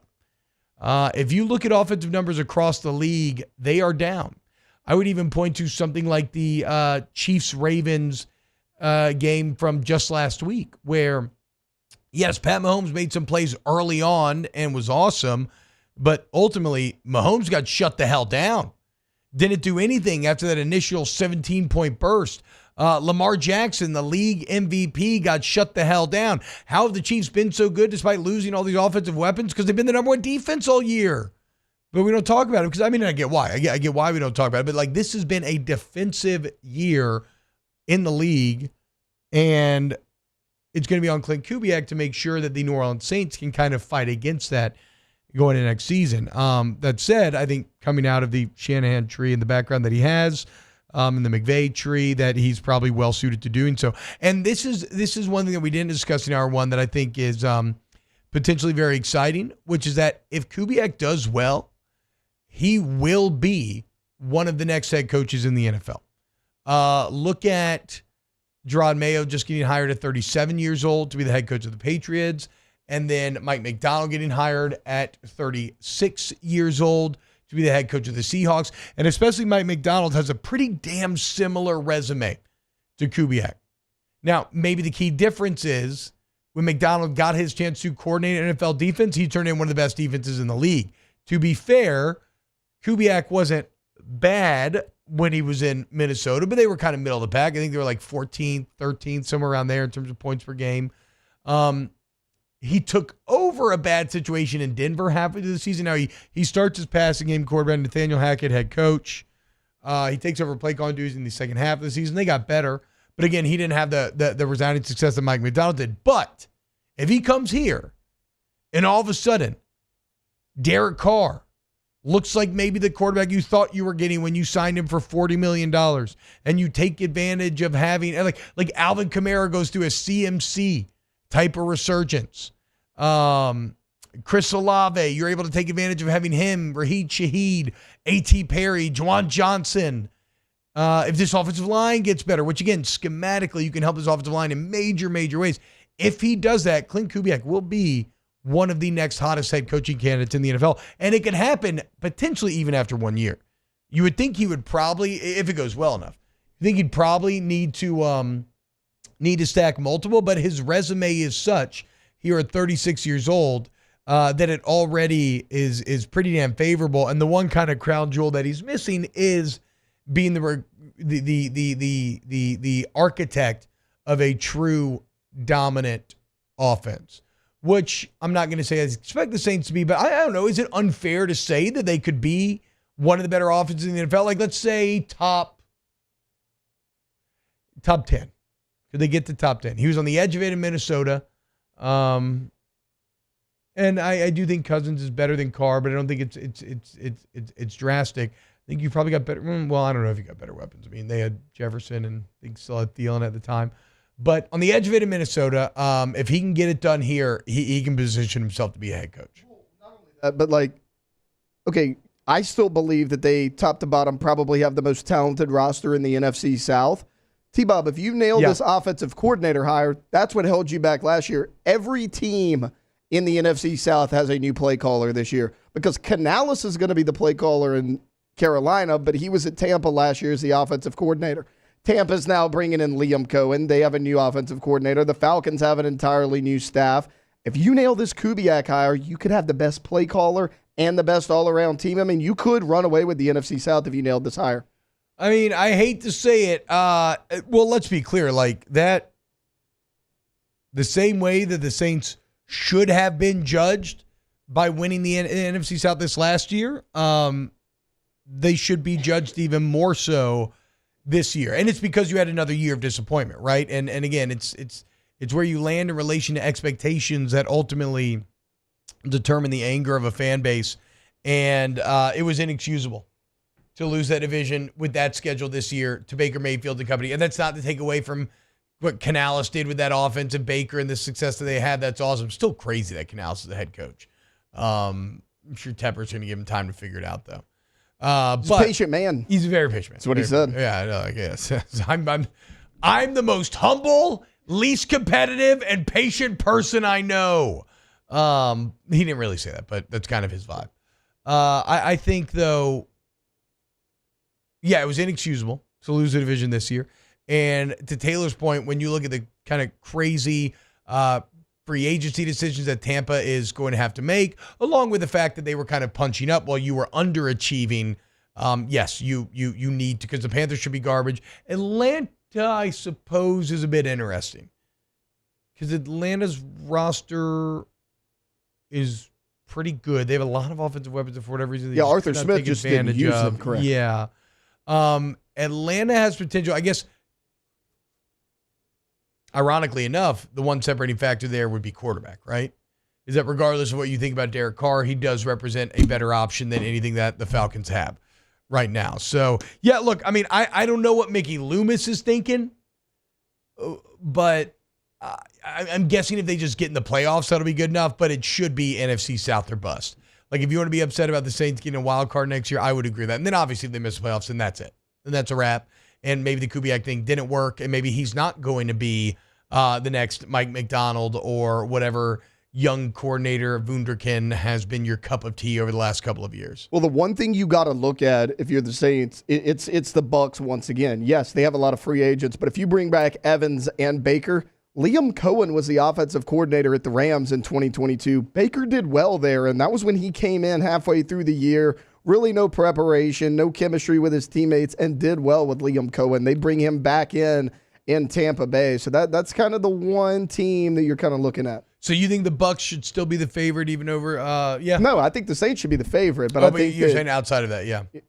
Yeah, you probably, I think that's probably correct, especially with this last year. You know what sucks in the NFL, though? It's really, I guess, in anything. It's basically just like, that was fun, but what are you going to do for me next? And this year for Baker was awesome and very fun if you're a Bucs fan. But how would you feel about committing the money to Baker that he's going to command?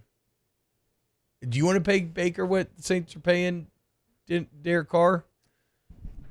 You kind of have to. I know, right? I know you have to, but that's the thing. It's kind of like the conversation that you have in the shadows that you don't want to have because you almost feel bad about it. Is like, is this really the guy they want to commit to? No, I think there's a way to frame the deal to make it relatively short term. Like originally, the Saints contract, before they restructured it here recently, if they really hated the Carr experience, like they could have gotten out after this season at a very relatively cheap price tag. So I'm sure the devil for Baker is going to be in the details, where it is a big financial commitment, but maybe less of a long-term commitment. But it just, they have sort of that lightning in a bottle, hot streak sort of feel to them. Doesn't feel as sustainable. You can almost argue that the Saints in some ways are more sustainable given their 7-10, and a 9-8, and then now looking with these coaching changes, like maybe they're positioning themselves for improvement once again. Well, again, like the division you're in too, right? Like this is still a very winnable division if you're Tampa. So it's like, man, we don't want to pay Baker $30 million a year, but it's still a very winnable division because we won it last year. You could argue that, the Panthers aren't getting any better. They're not going to have a first-round pick. Then what are the Falcons going to do? Are they going to roll with Ritter again, or are they going to start a rookie quarterback? They got a new coach coming in. Is Kubiak going to work out? So it's like you don't want to pay him, but the division's still up there for grabs. So you maybe don't feel as bad about it if you were like in the division with the Chiefs and the Chargers or, a tougher division. Yeah, no doubt. And so it is the NFC South is definitely the path of least resistance when it comes to a division title. So Klint Kubiak going to be the man to usher in the Saints to the modern offensive age. All right, when we get back here on OTB, let's talk Pels Spurs, as Alondra is a massive Spurs fan, San Antonio native, and we'll get into what was a great game on Friday night. Keep it locked right here on OTB. Off the Bench with Hester and T-Bob. ESPN Baton Rouge, New Orleans, Alexandria, and 1130 The Tiger. So chances are, if you live in Ascension or Livingston Parish, you're looking around, you're like, dude, is that a red trash can? And you see more and more of them. You're like, well, there's so many. What is this? When you see the red can, you already know we talking about Trash Rangers. Also, look at the red trucks. Shout out Trash Rangers, though.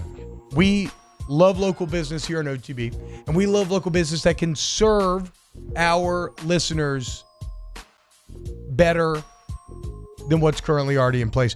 And what I love about Trash Rangers is, unlike these other companies, and let's be clear, the trash is staying in Louisiana, but the profits, they're going elsewhere. Okay, the profits from Trash Rangers straight back into the community, sponsoring local teams, local fairs, whatever. Community first. So you can sign up online.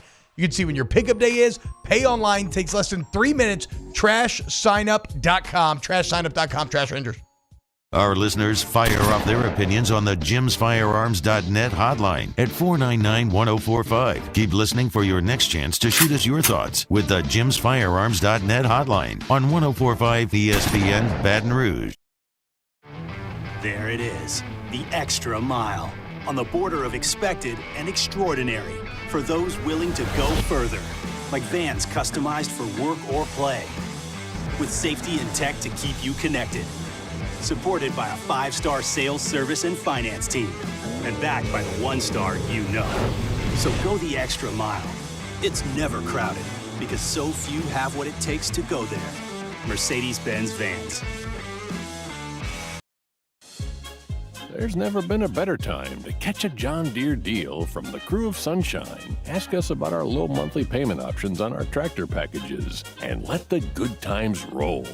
With equipment strong enough to power one of the world's largest celebrations, we've got your needs covered too. Learn more about what it means to be powered by Sunshine at sunequip.com. Some restrictions apply. See dealer for details. Offer ends April 30th, 2024.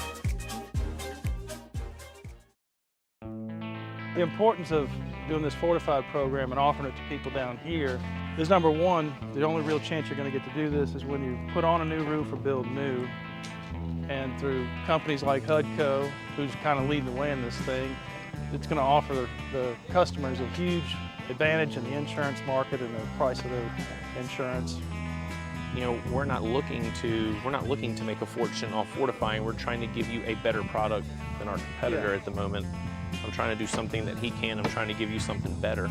So a lot of these insurance shops, you're getting a re-roof, you're only paying your deductible. Let's sit down and talk about the fortified and let's see what it does to your insurance premium. You're getting a steal. Yeah. You're getting a brand new roof and a fortified certificate for your deductible, essentially. And I think we're rocking and rolling.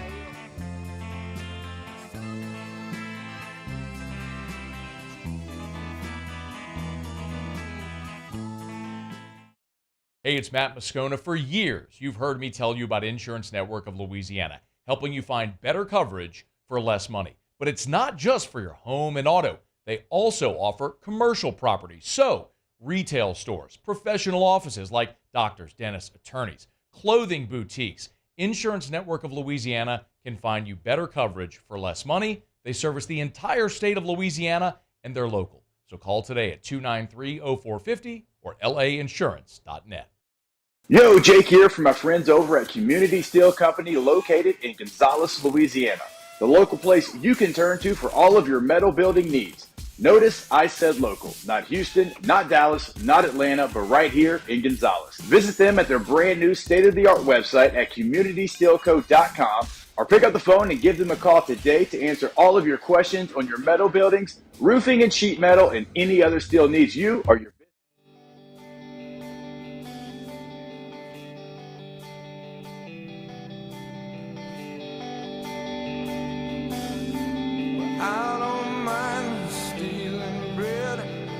All-Star Toyota presents Off the Bench with Hester and T-Bob. ESPN Baton Rouge, New Orleans, Alexandria, and 1130 The Tiger. Is this Morgan Wallen? Okay, this everybody is Morgan relax. Wallen's newest single. Oh, wait, this actually is Morgan Wallen. It's not Morgan Wallen. Okay, I was about to say. Okay, wow, I'm supergroup such an Temple of idiot. the Dog. I made a joke and then got tricked in my own joke. I got hoisted on my own petard. You can't say if that you word will. anymore. It's a funny word, isn't it? It is. Petard. Kind of reminds me of Taylor. How about this? So we just did our new read for Trash Ranger. Shout out. New team on the squad. Love him. Shoebang in the chat. That's not a plan because Shoebang's in the chat all the time. Bye for chat. I switched to Trash Ranger, saves like 50% a month. First Republic with better service, easier to deal with. There you go. And remember, if you're in Ascension or Livingston Parish, trashsignup.com, you want Trash Rangers. All right. How about it, guys? So we said it on Friday. We were pumped for Pels Spurs this week in a little in-house battle. Alondra, San Antonio native, massive Spurs fan. Talking about how about how it's time for Pop to be fired. Yep. Who's your favorite Spur of all time? Tim Duncan. There you go. Actually, I don't know. It's a very, very, very close race between Tim and Manu. I was about to say Manu. I know everybody loves Manu. I love Manu. Classic glue guy. He's the Hall glue. of Fame glue guy. Hall of Fame glue guy. That Euro step was. I mean, it's crazy to think about making the Hall beautiful. of Fame like basically as a six man, which Manu will do, which makes you the best ever to do it in that regard. But the point is, yes, Alondra's grown up loving the Spurs. Yeah. Well, they squared with the Pelicans on Friday. The Pelicans have this awful Friday loss streak they're trying to break, and it was a fantastic game. It was a really good game. The future of the NBA felt like it was in San Antonio. The future of the NBA felt like it was on display with Zion and Wemby doing battle. It's so funny watching Wemby right now because you see how unstoppable he is going to be because he already is really damn good. He can handle, he can shoot. His length, even right now when he's still like skinny and not the strongest, his length is still it's crazy. Like it's hard to wrap your head around. But he still is young and he's still a little light and so there are some funny moments. Like one of the early possessions, Jonas was very clearly just like, welcome I am bigger than you, and like just bodies Wemby and then puts up. But then you have Wemby with like these like long arm Dalsim sort of stretch your arm out like Space Jam finishes. Wemby's going to be great. And watching him and Zion do battle as the game went on later was fantastic. Like we opened the show talking about that final sequence, and it really could have ended in a more satisfying way where, again, Wemby finally gets the big block on Zion, which looks like it was going to set up the win. Then, doing great plays all around, Pels down one, Spurs driving, looking to lay it up. Looks like Pels about to go down three. It barely falls out. Wemby's in the air, ball in hand, and Brandon Ingram comes and slaps it out. Volleyball spikes it out of his hands. Bounces off the backboard to Alvarado. Oh, this is all with under 10 seconds left. Yeah. He dishes to Zion Williamson, and then Zion, an incredible 1v3, two in front, Wemby in the back, left-handed floater finish, where even then he barely avoids the extended reach of Dalsim. Ball drops in. Pels win 114-113. Very satisfying sequence. One of the most satisfying finishes to a game I've ever seen. Alondra, what did it do to you? How did that? Because surely when I can't remember who had the initial drive trying the reverse layup that rimmed out, but like, did that feel? You had to be pretty excited. You felt like that one was going in. No, I definitely thought it was going in, and I thought that last we had maybe 3. I think it was 3 seconds left after that last. Yes. And Vassell. He had a good look, and it looked good. He got a good look. It looked good, and I thought it was going to go in, but I for sure thought that they were going to hand it over to Wemby, and they ended up not doing it. Wemby didn't he played 9 minutes, I think, maybe 10 in the last. Played like the full fourth quarter, but didn't get a lot of touches in that last quarter, and I think that like it just. That's I remember dealing with that as a Pelicans fan and Anthony Davis for years. Yeah. Where when he was younger, for whatever reason, I don't know the NBA well enough from a scheme standpoint to tell you how they're shutting down a guy off the ball. Because, it's very easy to just be like, just get him the ball. Yeah. And let him do his thing, right? But for whatever reason, that used to happen at times with the Pelicans back in the day. I remember they did and even Zion early on here, where it's like, well, why are we having critical fourth quarter possessions in which maybe your most potent scorer isn't touching it. So I mean, that'll come with time as well. Yeah, Vassell had 28 points that night. So it's not like he was having a great night that night as well. And I really thought that maybe we'd get that last shot off, and losing by 1 point is just soul crushing. And like you said, it was like Williamson versus 3, and one of them being Wemby, who is a great blocker, has them big old hands. And I got to give props to Zion on that one. I can't really say anything about it. It's impossible to watch Zion Williamson and not be just amazed every single time at his ability to finish around the rim. Oh, yeah. And it is so funny to watch. It's just so funny to watch teams like they will hang back 5 or 6 feet and it will not matter. And he's not even going to hit you with a pump fake. Yeah. Like he's very honest. He has a very honest style of play. Like, no, he's just going to get a little, almost like a little warm up dribble and then bam, shot out of a cannon. And yeah. And like I mentioned earlier in the show, Jeremy Sohan, how like I really like him. He's been a good addition, I think, to the Spurs. He's just a little inconsistent, maybe a little too young. Yeah. And just needs to get kind of used to it. He had 18, I think, that night. Let me double check. He was good. He had a very big moment. He had 15. Yeah, no, so like he's a great rebounder. I said blonde hair, number 10, Spurs, Dennis Rodman. Like he's very really good, but like stat line, maybe a little too much in the scoring. He department. also kind of hurt us a little bit because he had the most turnovers that night as well. We had 18 turnovers that whole night, and I don't remember how many the Pelicans had, but it was less than that. So to me, though, you're seeing okay. Actually, let's start here. Here's an interesting question: 9 turnovers versus 18. I mean, that's the difference. It's a 1 point game, right? Right. Yeah. Do y'all think that Zion needs to develop a 2 point shot, like a mid range? Because that's what a lot of people say, right? And I get it, because if he ever actually does develop a consistent ability to shoot now, I don't know if you waste time learning from 2. Like nowadays, do you just put all that effort into shooting 3s? I'm not entirely sure. But yes, if he does that, it's true. He's truly unstoppable. And it's a less physical style of play that maybe helps extend him a bit longer.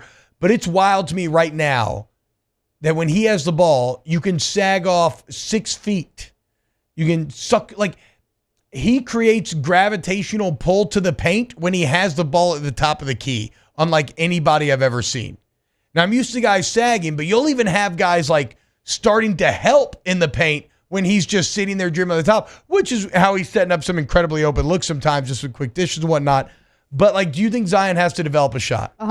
I think he has to, because especially, T-Bob, when you look at his game when he gets older, I mean, he reminds me so much of Zach Randolph. Now, he's a lot more explosive and a lot more athletic than a Zach Randolph, but think about what that guy would have been with at least a mid-range jumper. That's what Zion needs right now, and it'll help with injuries a lot too, right? Mm-hmm. Because right now, he's banging, he's battling down low in the paint, and he's so explosive. He's such a great athlete. Do you forget that, I mean, this is a guy that's 6'5", 6'6". He's got all that weight, and he's battling down low on a really undersized frame. If he could step back just a little bit, whether it's a mid-range jumper, whether it's a 3-point jumper, that's going to help him a lot, at least with his longevity. I agree. So, but again, I think that's something that is something that comes over time. Right, like he doesn't necessarily. He's not going to develop it in season. He can work with Vincent, whoever he needs to. But like, I think, while yes, career wise, that obviously makes the most sense. Like,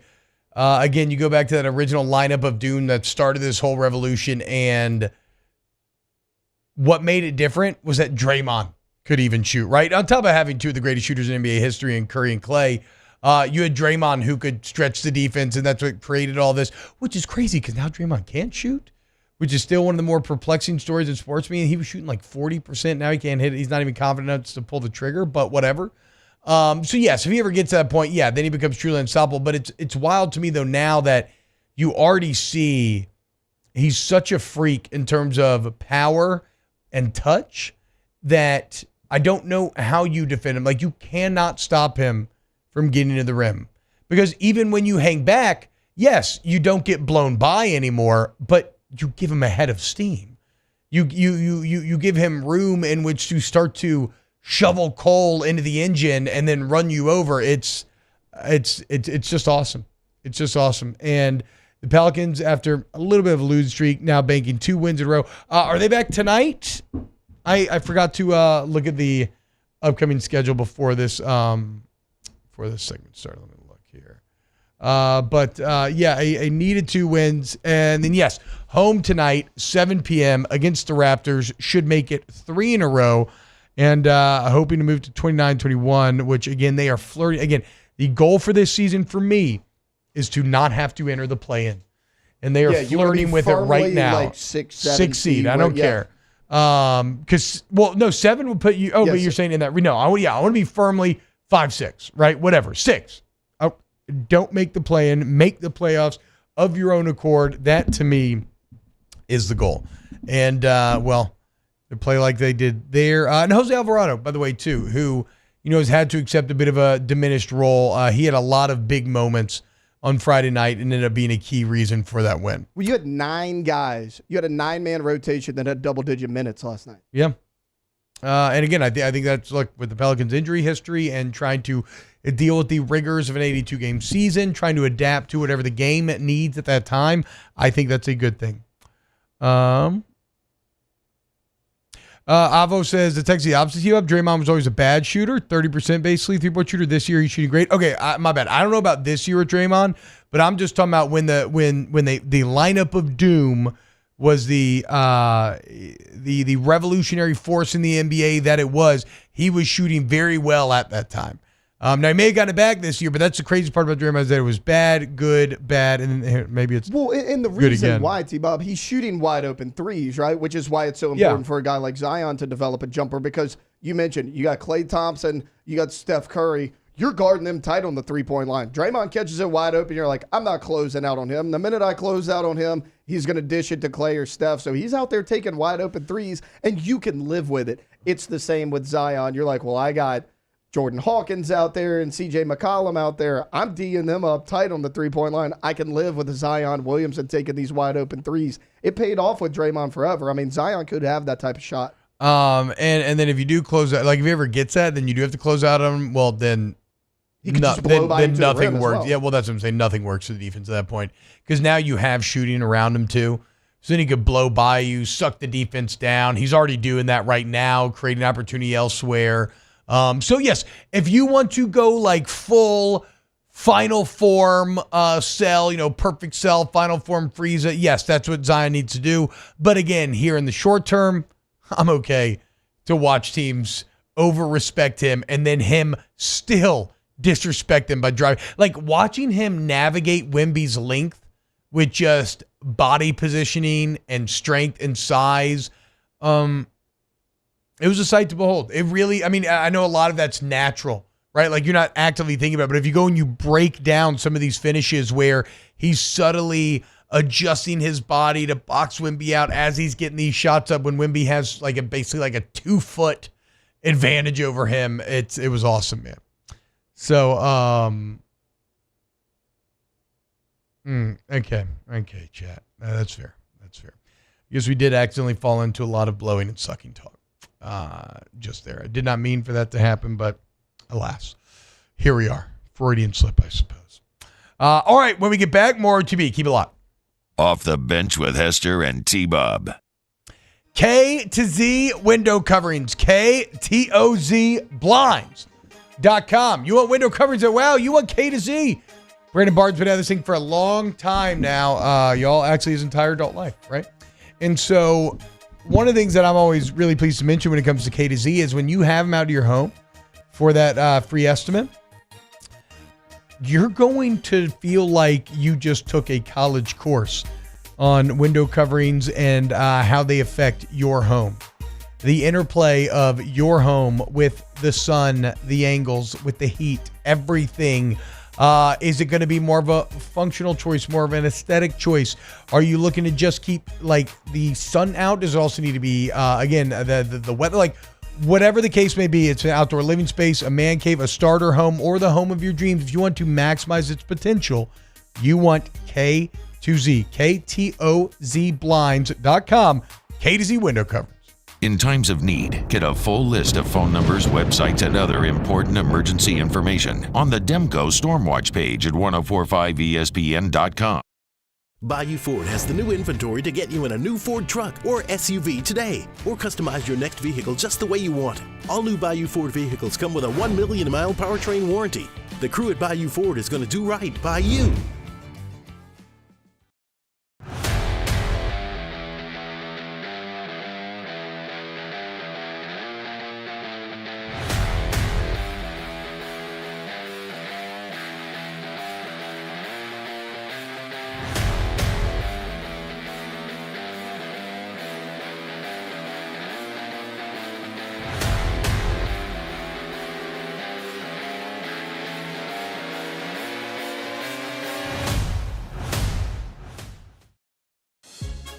There's never been a better time to catch a John Deere deal from the crew of Sunshine. Ask us about our low monthly payment options on our tractor packages and let the good times roll.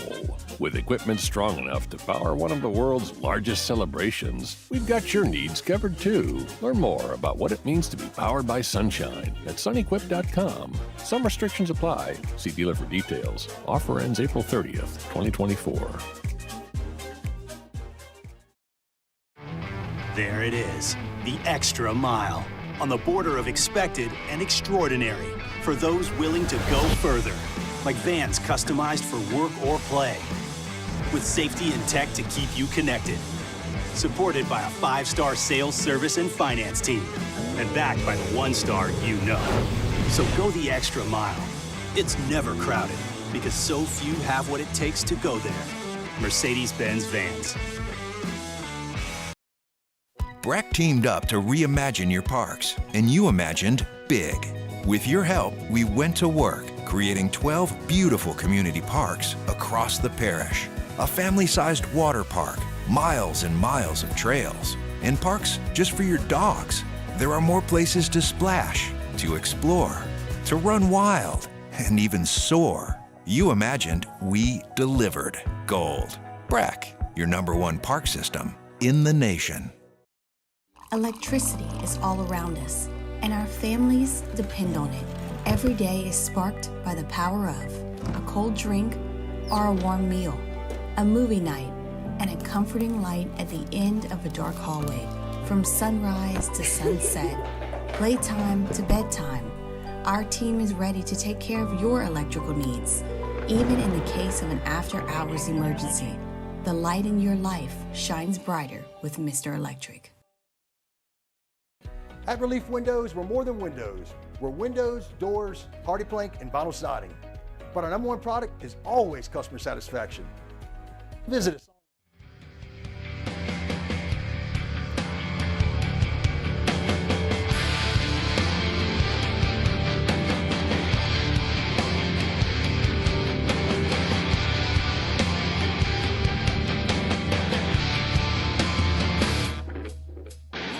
All-Star Toyota presents Off the Bench with Hester and T-Bob. ESPN Baton Rouge, New Orleans, Alexandria, and 1130 The Tiger.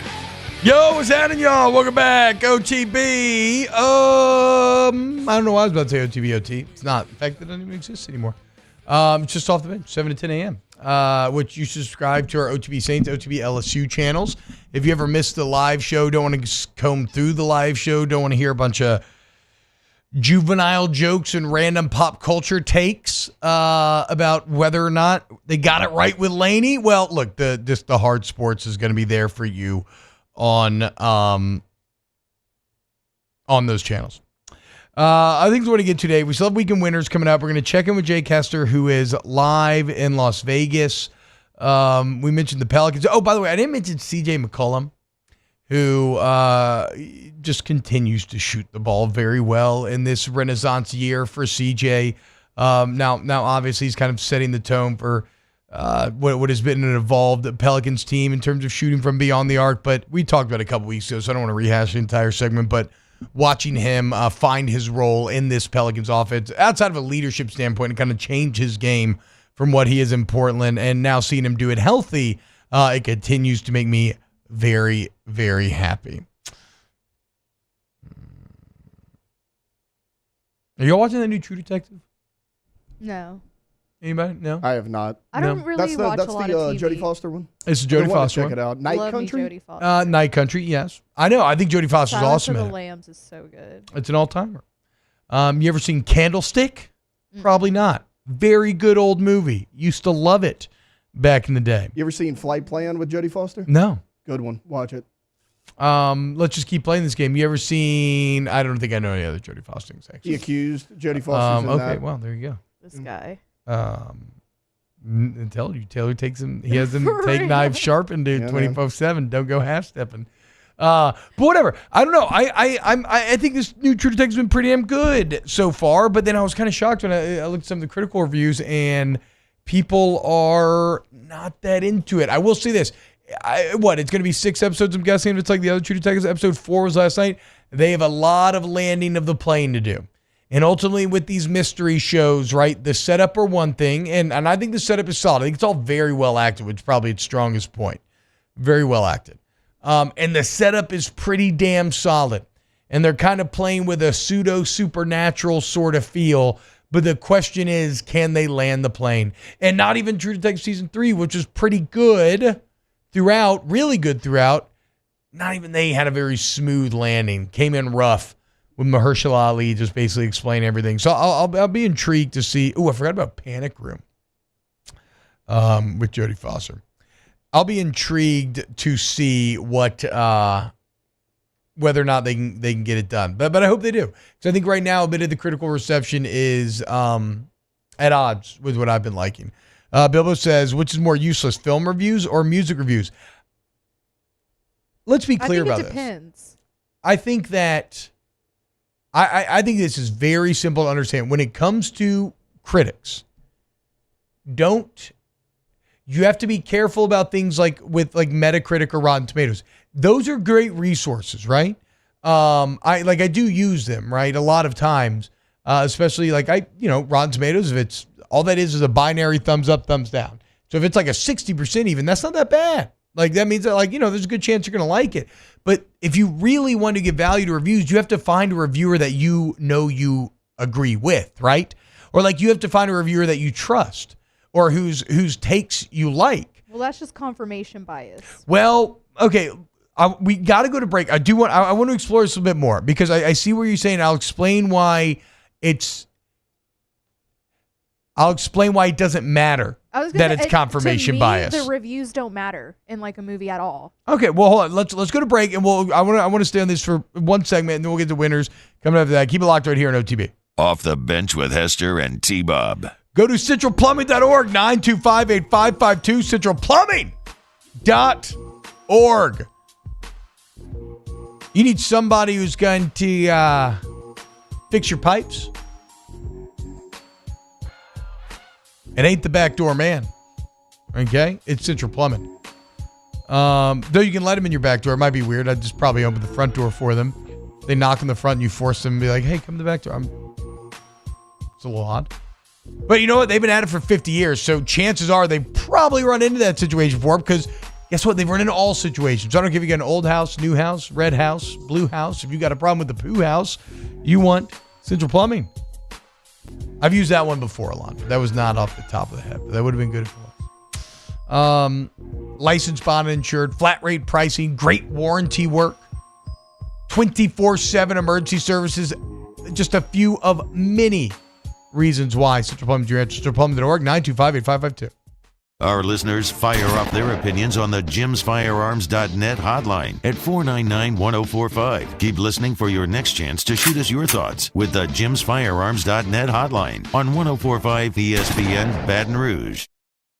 Bayou Chrysler Dodge Jeep Ram has $20,000 off new 23 Ram 1500 Black Widow trucks, $20,000 off new Ram 1500 trucks, and all new Bayou Automotive vehicles come with a 1 million mile warranty. The crew at Bayou Automotive is going to do right by you. Gulf Coast Bank and Trust is giving our customers the power to bank anywhere, anytime during this challenging event. And we're right there with you. Our mobile banking app is a smart way to manage your money and time. Gulf Coast Bank and Trust, the bank that cares about you. It was a humid day, barefoot children play, looking for that summer shade. Time to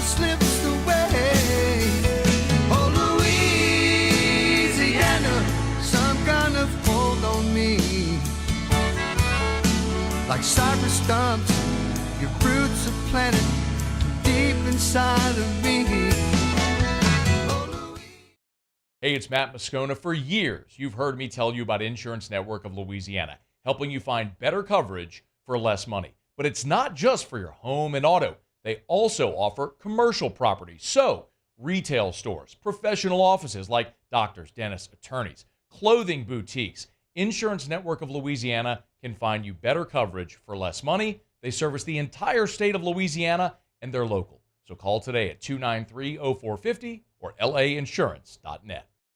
Yo, Jake here from my friends over at Community Steel Company located in Gonzales, Louisiana. The local place you can turn to for all of your metal building needs. Notice I said local, not Houston, not Dallas, not Atlanta, but right here in Gonzales. Visit them at their brand new state-of-the-art website at communitysteelco.com or pick up the phone and give them a call today to answer all of your questions on your metal buildings, roofing and sheet metal, and any other steel needs you or your business need at 225-647-2020. I've been doing business with Luba for 25 years. They're dependable, trustworthy. It's just the attention to detail with our clients. Our folks have years and years of experience. They're highly trained professionals, but many companies have that asset. What I'd like to think makes Luba a bit different is that we use those talents in a way that truly is dedicated to serving the needs of the folks who depend on us. Dylan Cruz here to tell you about Six Rings Baseball and Softball Camp. If you live on the North Shore and play ball, go to Six Rings Camps with former LSU assistant coach Dan Canaveri. His knowledge is second to none, and your child will improve and have fun doing it. Camps were held at Coquille Park and Six Rings Academy in Covington with 4 sessions over the summer. Full day and morning only sessions are available from ages 7 to 13. Go to sixringsbaseball.com.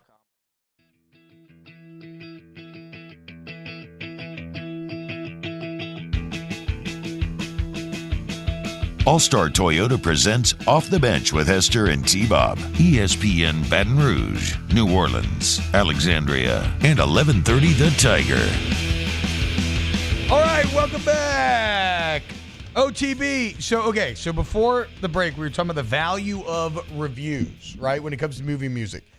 And I mentioned that, look, I think the key is getting a critic that you know, that either, like, maybe you agree with his takes, you like him, you trust him, basically, right? Usually that's confirmation bias. And so, yes, it is, right? But that's what I think I'm looking for when it comes to a subjective pursuit, right? Like if I have limited entertainment hours to divvy up, and I know, like, you know, sometimes you're curious and you want to get outside your comfort zone, and you want to watch something that doesn't normally seem like it'd be your cup of tea, right? But if I'm like, okay, I have this window to watch a movie and I know I want something that I enjoy, then yeah, like I want a resource whose biases kind of align with mine and whose tastes align with mine.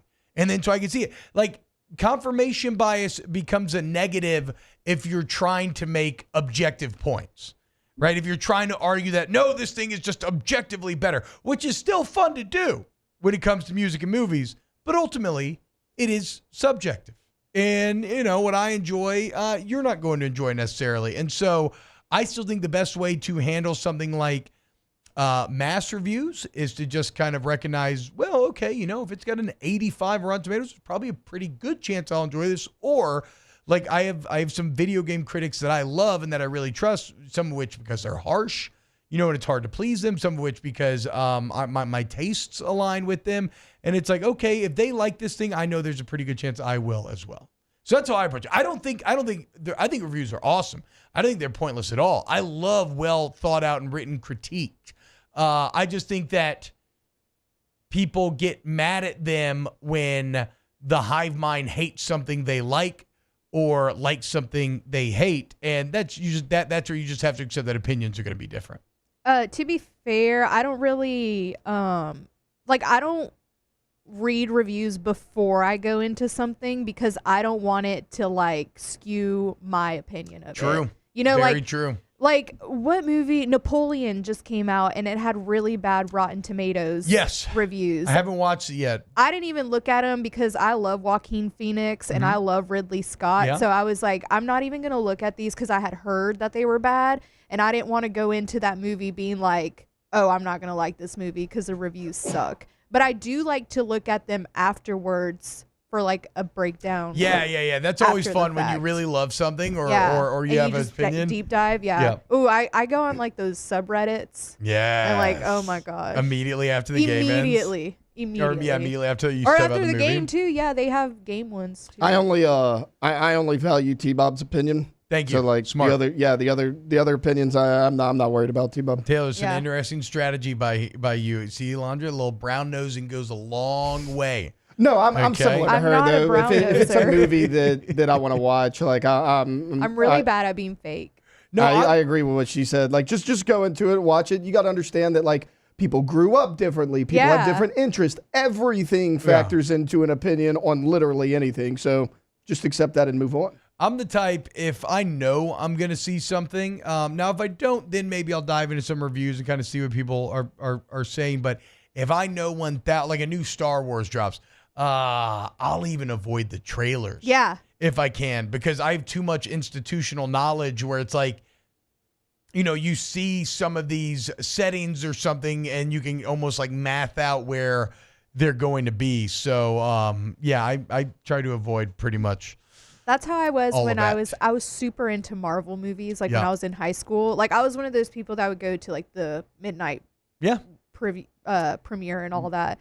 Then I would avoid anything Marvel before I got to see the movie. I remember seeing Iron Man at midnight back in the day. Kicked it all off. That was crazy. Yeah. Marvel was awesome for a long time. For a long time, they were really It's oversaturated now. Yeah. It's overly formulaic now.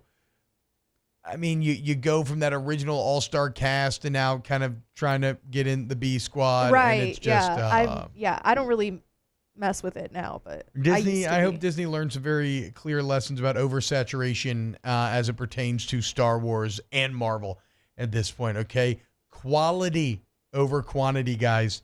What do we say? Treat them like dirt; they stick to the mud. Leave them wanting more. Hour 3 next. Off the bench with Hester and T-Bob.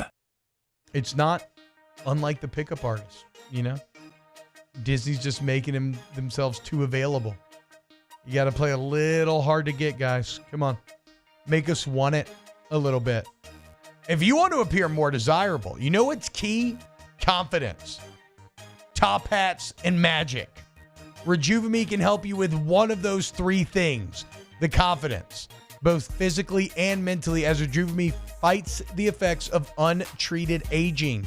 And so if you're 10, 20, 30, 40, 50, male, female, I don't care.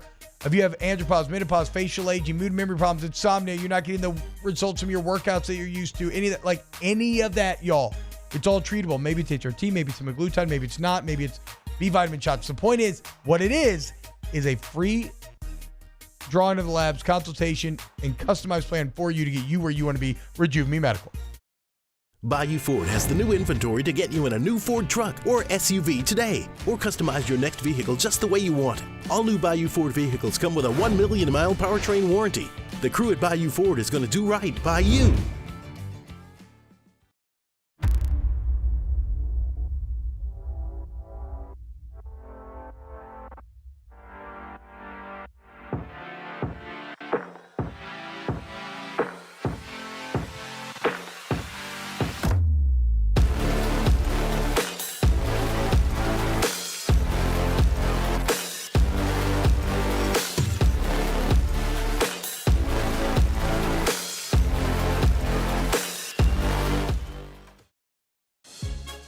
There's never been a better time to catch a John Deere deal from the crew of Sunshine. Ask us about our low monthly payment options on our tractor packages and let the good times roll. With equipment strong enough to power one of the world's largest celebrations, we've got your needs covered too. Learn more about what it means to be powered by Sunshine at sunequip.com. Some restrictions apply. See dealer for details. Offer ends April 30th, 2024. There it is, the extra mile, on the border of expected and extraordinary, for those willing to go further, like vans customized for work or play, with safety and tech to keep you connected, supported by a 5-star sales, service, and finance team, and backed by the 1-star you know. So go the extra mile. It's never crowded, because so few have what it takes to go there.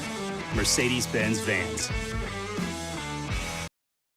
Breck teamed up to reimagine your parks, and you imagined big. With your help, we went to work, creating 12 beautiful community parks across the parish. A family-sized water park, miles and miles of trails, and parks just for your dogs. There are more places to splash, to explore, to run wild, and even soar. You imagined, we delivered gold. Breck, your #1 park system in the nation. Electricity is all around us, and our families depend on it. Every day is sparked by the power of a cold drink or a warm meal, a movie night, and a comforting light at the end of a dark hallway. From sunrise to sunset, playtime to bedtime, our team is ready to take care of your electrical needs. Even in the case of an after-hours emergency, the light in your life shines brighter with Mr. Electric. At Relief Windows, we're more than windows. We're windows, doors, party plank, and vinyl siding. But our #1 product is always customer satisfaction. Visit us online at reliefwindows.com. Oh, by the way, we do shutters too.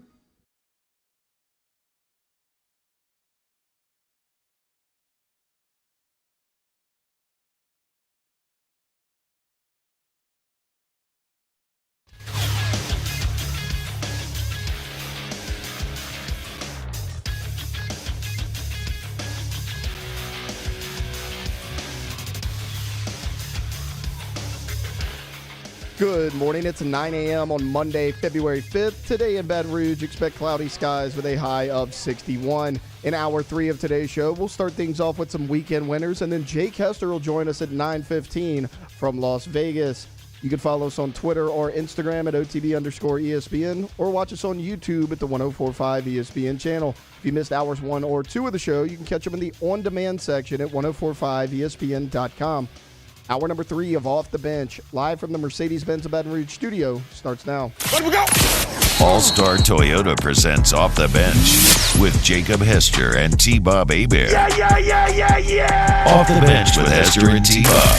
Hey, they said I got to come off the bench. All-Star Toyota presents Off the Bench with Hester and T-Bob. Yo, yo, yo. Yo, what's going on, y'all? Welcome back. OTB.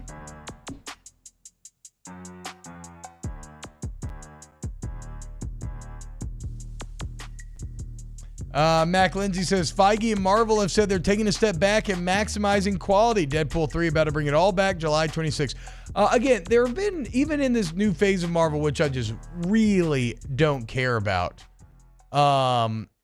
there have been hits. Like, we were talking during the break, Spider-Man No Way Home I thought was awesome. Granted, I love the Sam Raimi Spider-Mans. That's, to me, the real kickoff of the modern superhero era. Some will point to like Guillermo del Toro's Blade. I'd still go those Tobey Maguire Spideys. But like, so yeah, watching this series between them, the okay Garfield movies and the good Holland ones come all together. That was like, I'm 35 years old. That's basically over 20 years of movies I've been watching coalescing. So like, I'm probably predisposed to like that. But like, that was fun. So that Doctor Strange 2 was pretty fun, but like, I don't know, man. I haven't watched anything in a while post that. And another interesting kind of deeper conversation that we were having off air is about, it's about this idea of like what some would say forcing it. And okay, so let's say like, without a doubt in Hollywood, there's been minority underrepresentation. There's been female underrepresentation, right? When it comes to getting the leads in these movies and projects. And I believe that it's right to strive to fix that. I think, though, that sometimes the path to hell is paved with good intentions.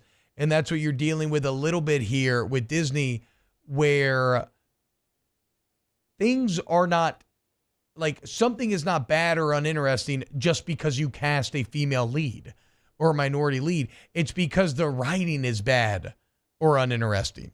Like, this is something I feel very strongly about when it comes to creative pursuits. Ideas in and of themselves are not inherently good or bad.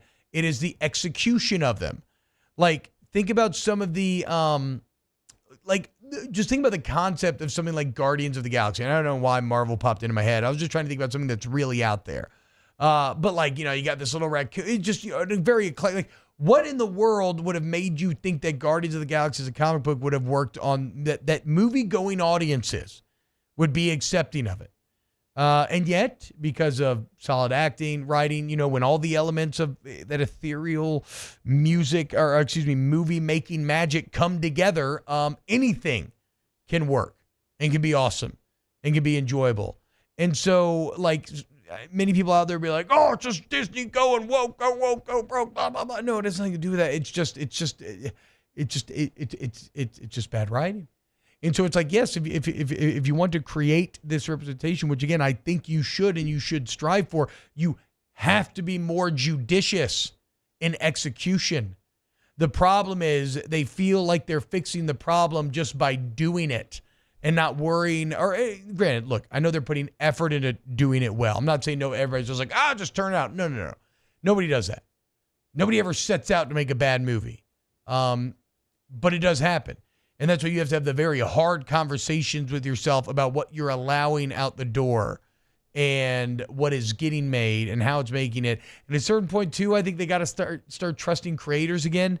Disney just focus groups things to death nowadays. And everything ends up feeling antiseptic. It loses its edge. It no longer has it no longer has interesting things around it because all of those rough edges have been sanded down. And so it's, again, just casting someone who is underrepresented as the lead and then just forcing a project out the door, that is not the pathway to creating actual sustainable change. It's doing everything you can, which, again, I'm sure they would say they are, but obviously something's going awry and you have to get it fixed. But it's creating something that has them cast and is actually well done and enjoyable because, again, nothing is good or bad just because of who you cast, right? That does not matter. It's about the story behind it. My thing with that is that, I don't know. I don't really consider myself like a minority, but I am, I guess, by definition, because I'm a girl and I'm also Mexican. I don't want to get stuff just because I'm a girl and I'm a Mexican. You know what I mean? Yeah. I don't know, if you're gonna, for Marvel, for example, if you're gonna make a movie and you're like, okay, we have to cast a Mexican for this lead, I don't want that role, because now you're just gonna give it to me just because of what I am. I don't think I'm sitting here in this chair right now just because I'm a girl and just because I'm a Mexican. No, I think I got it because I'm good at my job. And to me, it's forced. It's very forced. I'm going to give you this because you're a minority. And I don't give me Black Widow, if you're going to, if I'm really good at my job, you're going to give me Black Widow. You're not going to give me a role made just for me, just because. So I think that I certainly understand. I certainly understand what you're getting at.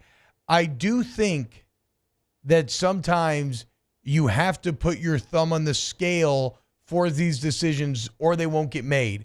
And I don't think it's not always super conscious either, right? Like subconsciously, we gravitate towards people that we really get along with and identify. So when it comes to hiring, you're going to tend to hire people that you like or that are kind of familiar to you. And a lot of times those will be people from similar backgrounds. Yeah. Which does lead to this kind of self-sustaining cycle of okay. And I hate this idea of when it comes to these conversations sometimes, think about it from coaching a lot of times where it's the Rooney Rule, you have to interview minority candidates. What the hell? That's, the best man should get the job. Yeah. Who's the best man? The best man who nobody knows who the best man is. That's the point. Guys, that people get it wrong all the time. There is no objective best man. Yeah. And so sometimes you have to give opportunity to others that you wouldn't normally, and they prove to be that best man or that best woman, whatever the case may be. So again, it's I definitely understand why these initiatives are enacted. I think they just have to be more stringent on the product itself. To me, it does feel like they're doing the thing of like, we're going to create change by making this a project.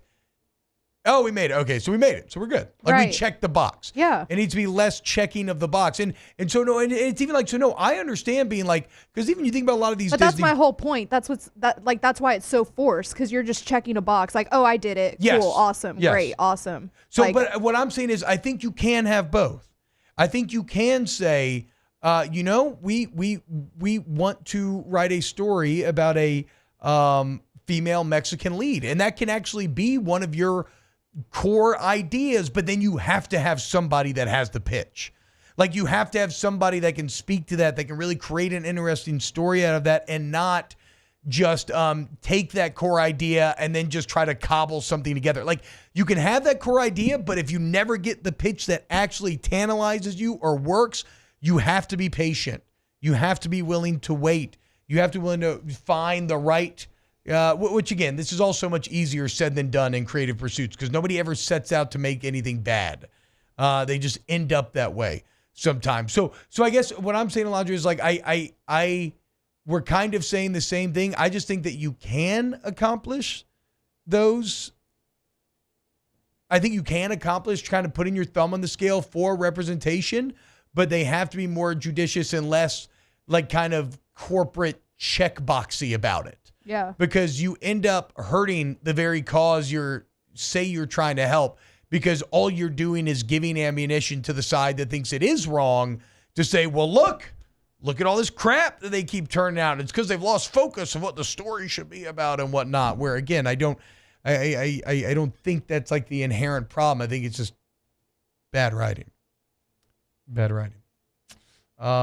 Taylor, anything from you here? Yeah, we You're do weekend white winners. man. Shh. Yeah. Just kidding. JK.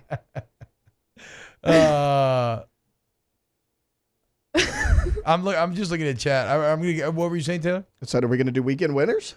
Not right now. No, we're gonna push back. We're gonna talk to Jake, and then we're gonna do weekend winners at 9:30. Okay, well, that was clock. my thoughts. Nobody cares. Yeah, shut up, Taylor. Well, I mean, you guys Look, you just had 80 asked. years. Because we had to. In 90 years. Yeah. I can't tell. Some of chat's saying, well, you know what? Let's do this. Let's go to break. We'll talk to Jake. Sasquatch Smash. I guess we should look forward to T-Bob resigning his position and putting forth a former offensive lineman from Southern to take his spot.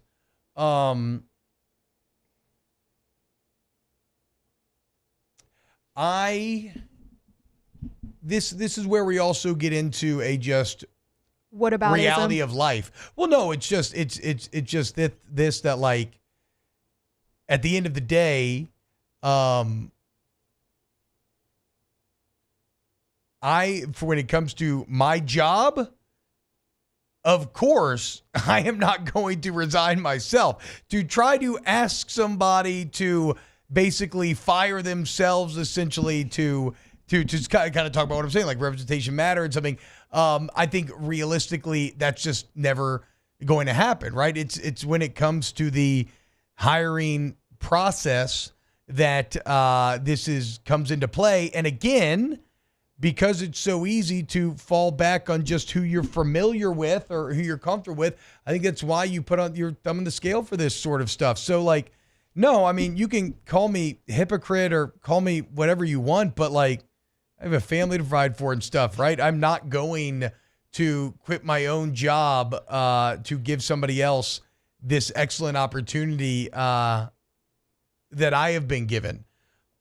I don't think that that's wrong, though, right? And the other thing is, other people would also love this opportunity, and I just think that, like, you know, if it's possible that we can kind of strive towards giving more people fair and honest shakes when it comes to getting these jobs. Like, I've been very clear from day one, like, I'm very privileged. I'm a Nepo baby. I grew up with a silver spoon. I would have never gotten my first job in radio if it wasn't who my dad was.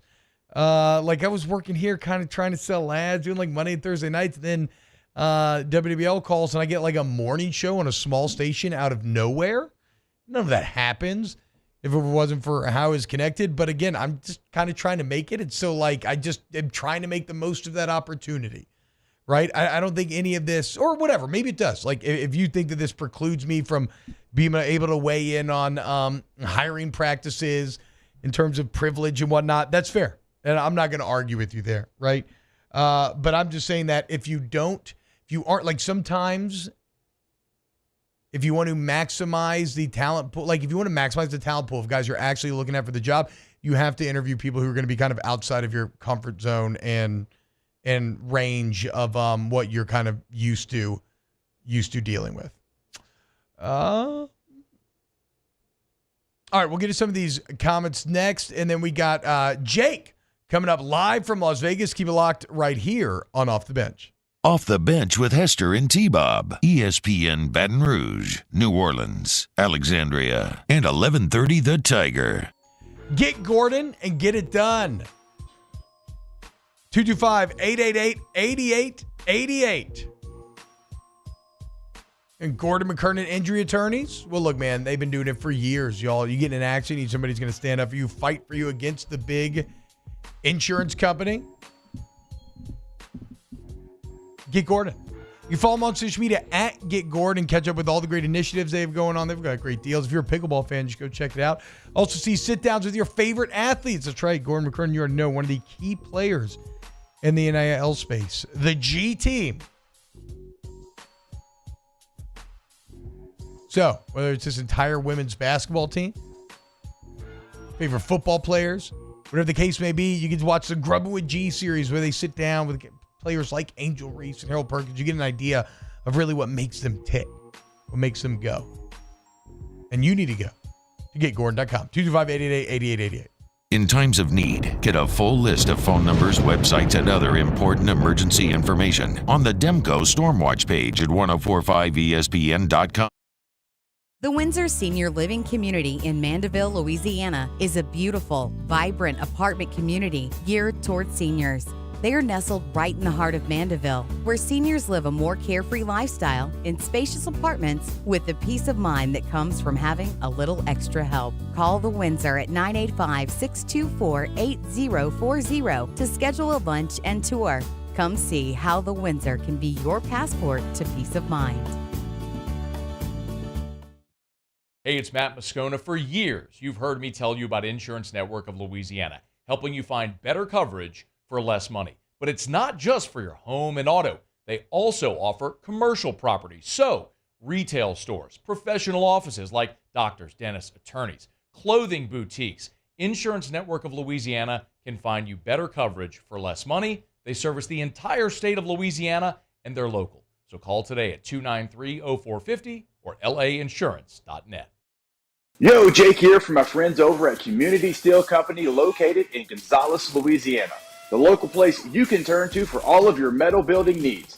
Notice I said local, not Houston, not Dallas, not Atlanta, but right here in Gonzales. Visit them at their brand new state-of-the-art website at communitysteelco.com or pick up the phone and give them a call today to answer all of your questions on your metal buildings, roofing and sheet metal, and any other steel needs you or your business need at 225-647-2020.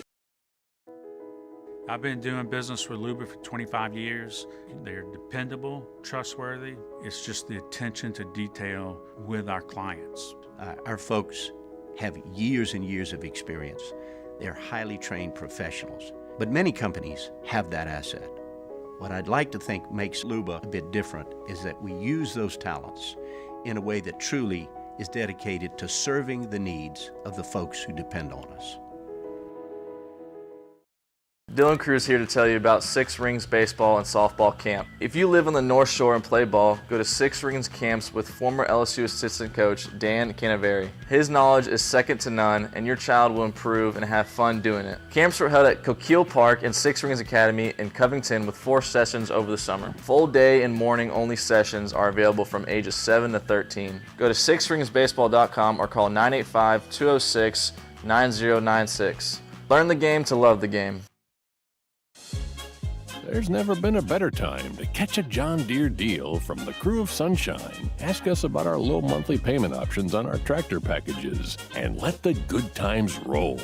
With equipment strong enough to power one of the world's largest celebrations, we've got your needs covered too. Learn more about what it means to be powered by Sunshine at sunequip.com. Some restrictions apply. See dealer for details. Who is this irresistible creature who has an insatiable love for the dead?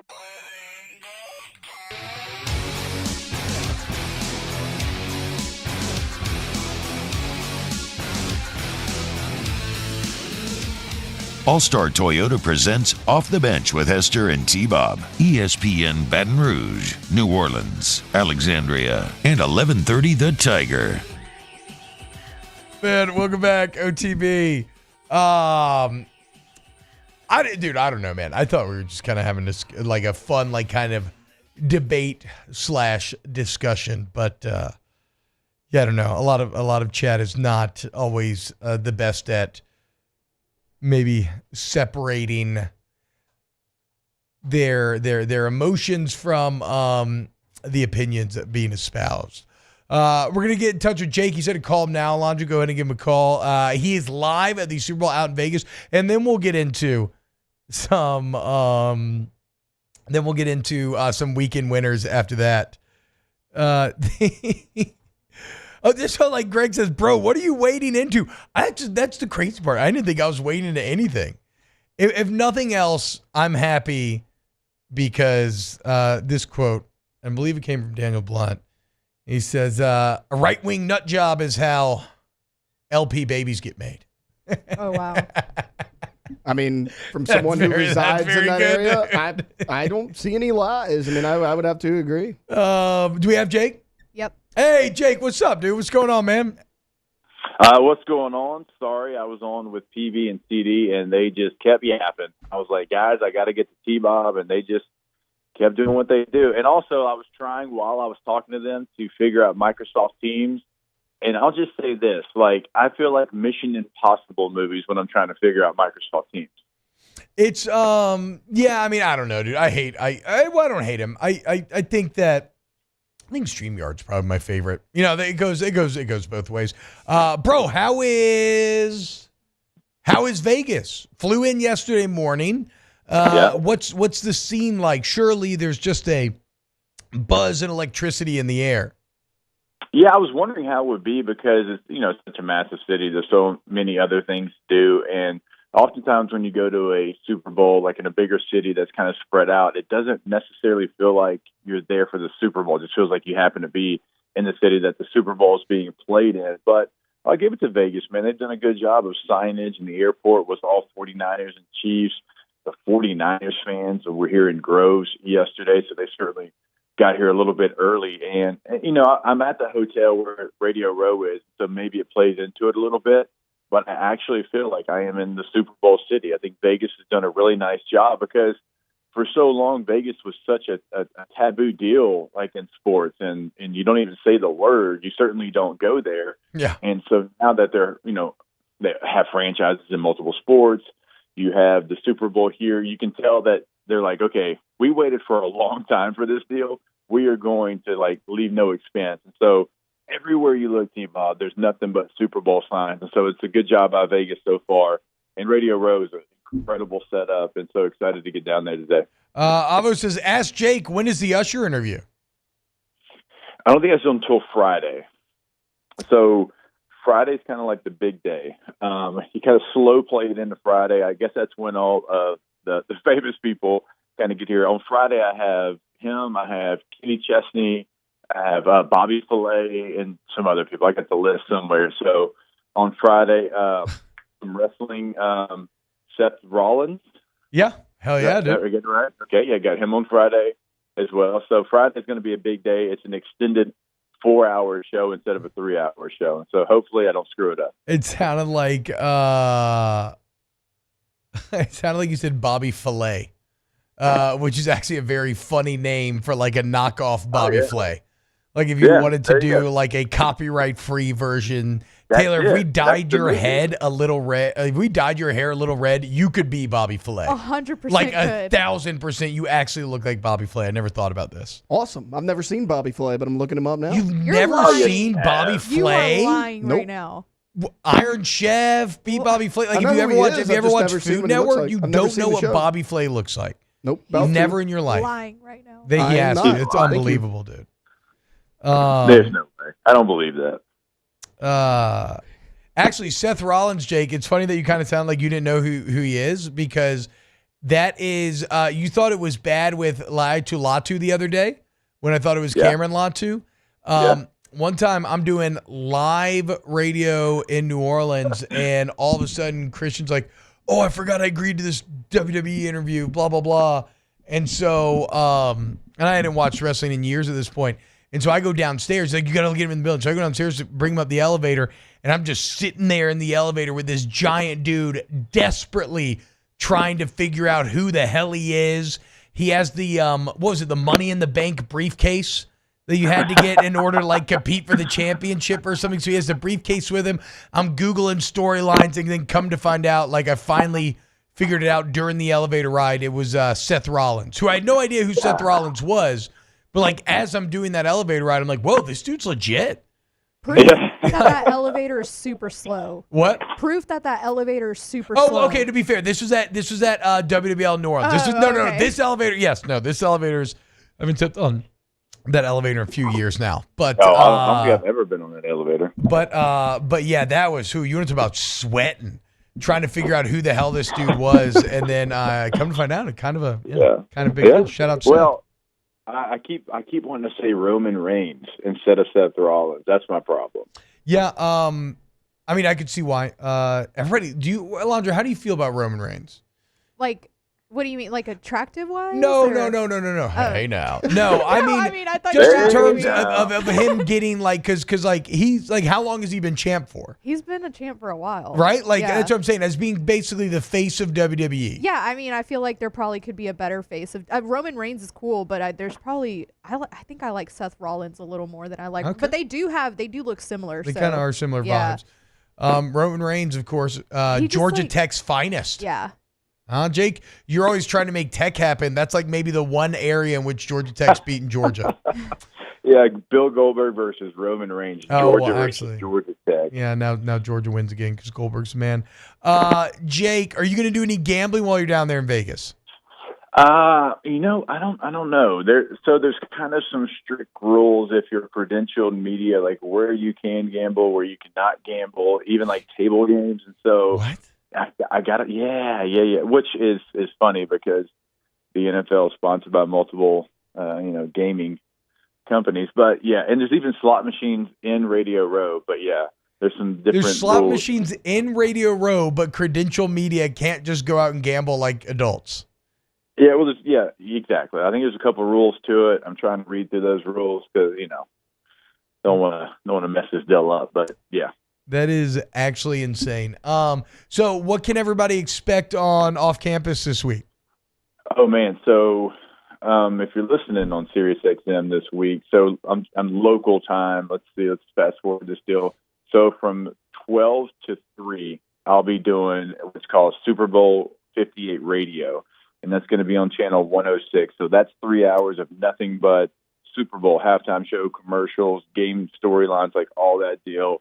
And then right after that, from 3 to 6, over on Channel 84, I'll be doing Off Campus. Today's with Danny Cannell. So I'll be doing 6 straight hours from the same set versus Super Bowl radio and then Off Campus. How are we feeling about Cannell? You think he's going to be – I mean, have you all gotten to hash out the FSU situation yet?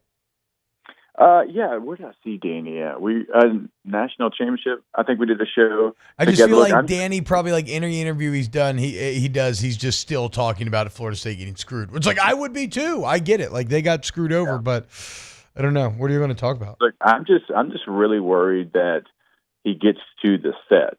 I've heard the stories about him and Dorian going to Biloxi while they were playing at the Senior Bowl. Oh, yeah, that's right. And so I know that he likes to sit down at the table as well. I just need Danny to sit down at 3 o'clock. So because I don't mind doing solo. I'm doing 3-hour solo from, the earlier show, but I ain't trying to do 6-hour solo. So I just Andy there. Ask Jake, where you're gonna get lunch today? I'll be working during lunch, and so I don't even know if lunch is a possibility. Get Bobby Filet. Yeah, get Bobby Filet. Hit up Bobby Filet. Have him bring you a nice little, I don't know, New York strip. Filet? Yeah, I was going to say that, but then it didn't feel very funny. And then I just crashed with the I don't know. Just crashed and burned in the middle of the joke. No, that's what I'm saying. It was just a limp-wristed finish to what was not the best. Like, I should have just let it sit at Alondra's Bobby Filet comment, and I tried to add on to it, and I just completely buried it in excrement. It's okay. It's only Monday. We got plenty more days to workshop it. That's right, baby. Greg says, speaking of famous chefs, did y'all know Emeril Lagasse is from effing Massachusetts? What? Why did I think he was from New Orleans? Yeah. Probably, I guess it's where he must have made his name, but like, geez, he was born in Massachusetts? I never knew that. That's actually insane. All right. Yeah, they make it fit like he's from New Orleans. Yeah. Bam! That'll do it. All right, Jake. We'll talk to you tomorrow. Excited to see what a day in Vegas is like at the heart of the American Empire. We will talk to you then, man. Take it easy, brother. All right. Talk to you tomorrow. Yeah, dude. He's going to be tired, Bo. It's a long way away from home. Week in Mobile. Quick little return trip. We had a good time Saturday. Memphis' birthday party. I still got it on Rocket League, dude. Hadn't played in years. Memphis is playing on his online account. He loses to this dude, Wet Rooster 420, back-to-back times. No shame. I mean, with a username like that, no shame. Just an incredible, like, the most stereotypical, here's why your kids shouldn't play online name ever, Wet Rooster 420. I said, Memph, hand me the sticks. 6'2". Dude, me and my brother, we used to get into smashed Wet Rooster. We used to get into some fights over Rocket League, man. It gets intense. I would kick your ass, too. Just know probably. He beat me. I wasn't that good. Okay, never mind. The only people that I think could beat me in Rocket League, I know that Bilbo and Avo in the chat play quite a bit, and Murder Draft says he can as well. No, I mean, look, probably a lot of y'all could. I was just happy because I hadn't played in years, and Wet Rooster caught these hands real quick. Okay. He was not the one doing the pounding. I was. 6'2". Eat it. I am the 420, okay? You merely adopted it. I came up in it, molded by it. Been on Xbox Live before you were a twinkle in your daddy's eye, Wet Rooster. Get the hell up out of here. Murder Draft. Emeril Lagasse was the original Brian Kelly. There you go. All right, let's go to break.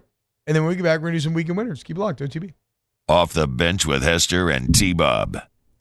You want the most complete, the most reliable, the most respected roofing company in Louisiana. You want Coleman Roofing and Construction. They've been at it for 40 years, y'all. And it's crazy because previous teaming up with OTB, it was all just word of mouth growth. And why I say that's crazy is because look at how large they've become. I say most complete, and it's for a few different reasons. First off, okay, they service all of Louisiana, anywhere you are hearing this, and in fact, the entire Gulf South region. Okay, again, massive, right? They service any sort of job that you need, residential, major commercial jobs. They do it all. Growth, right?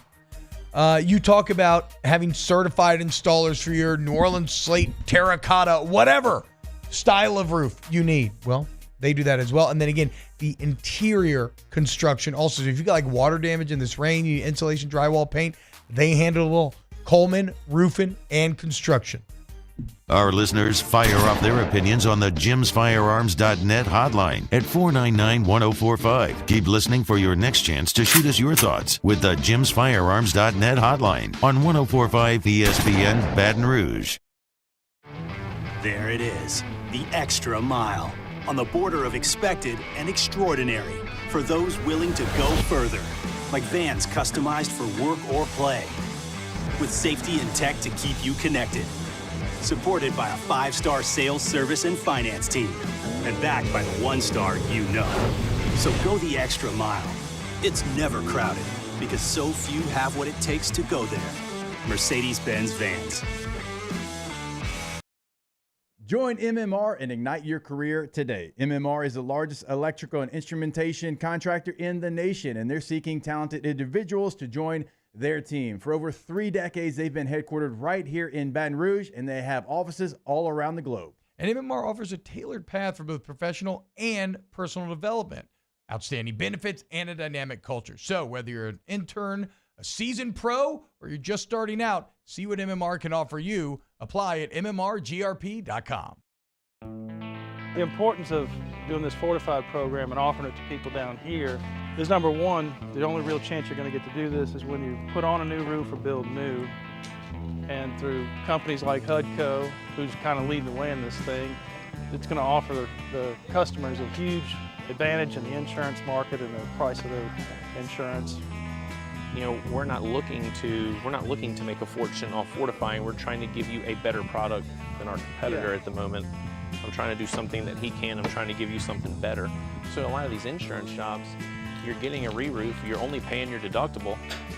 Let's sit down and talk about the Fortified and let's see what it does to your insurance premium. You're getting a steal. Yeah. You're getting a brand new roof and a Fortified certificate for your deductible, essentially. And I think we're rocking and rolling.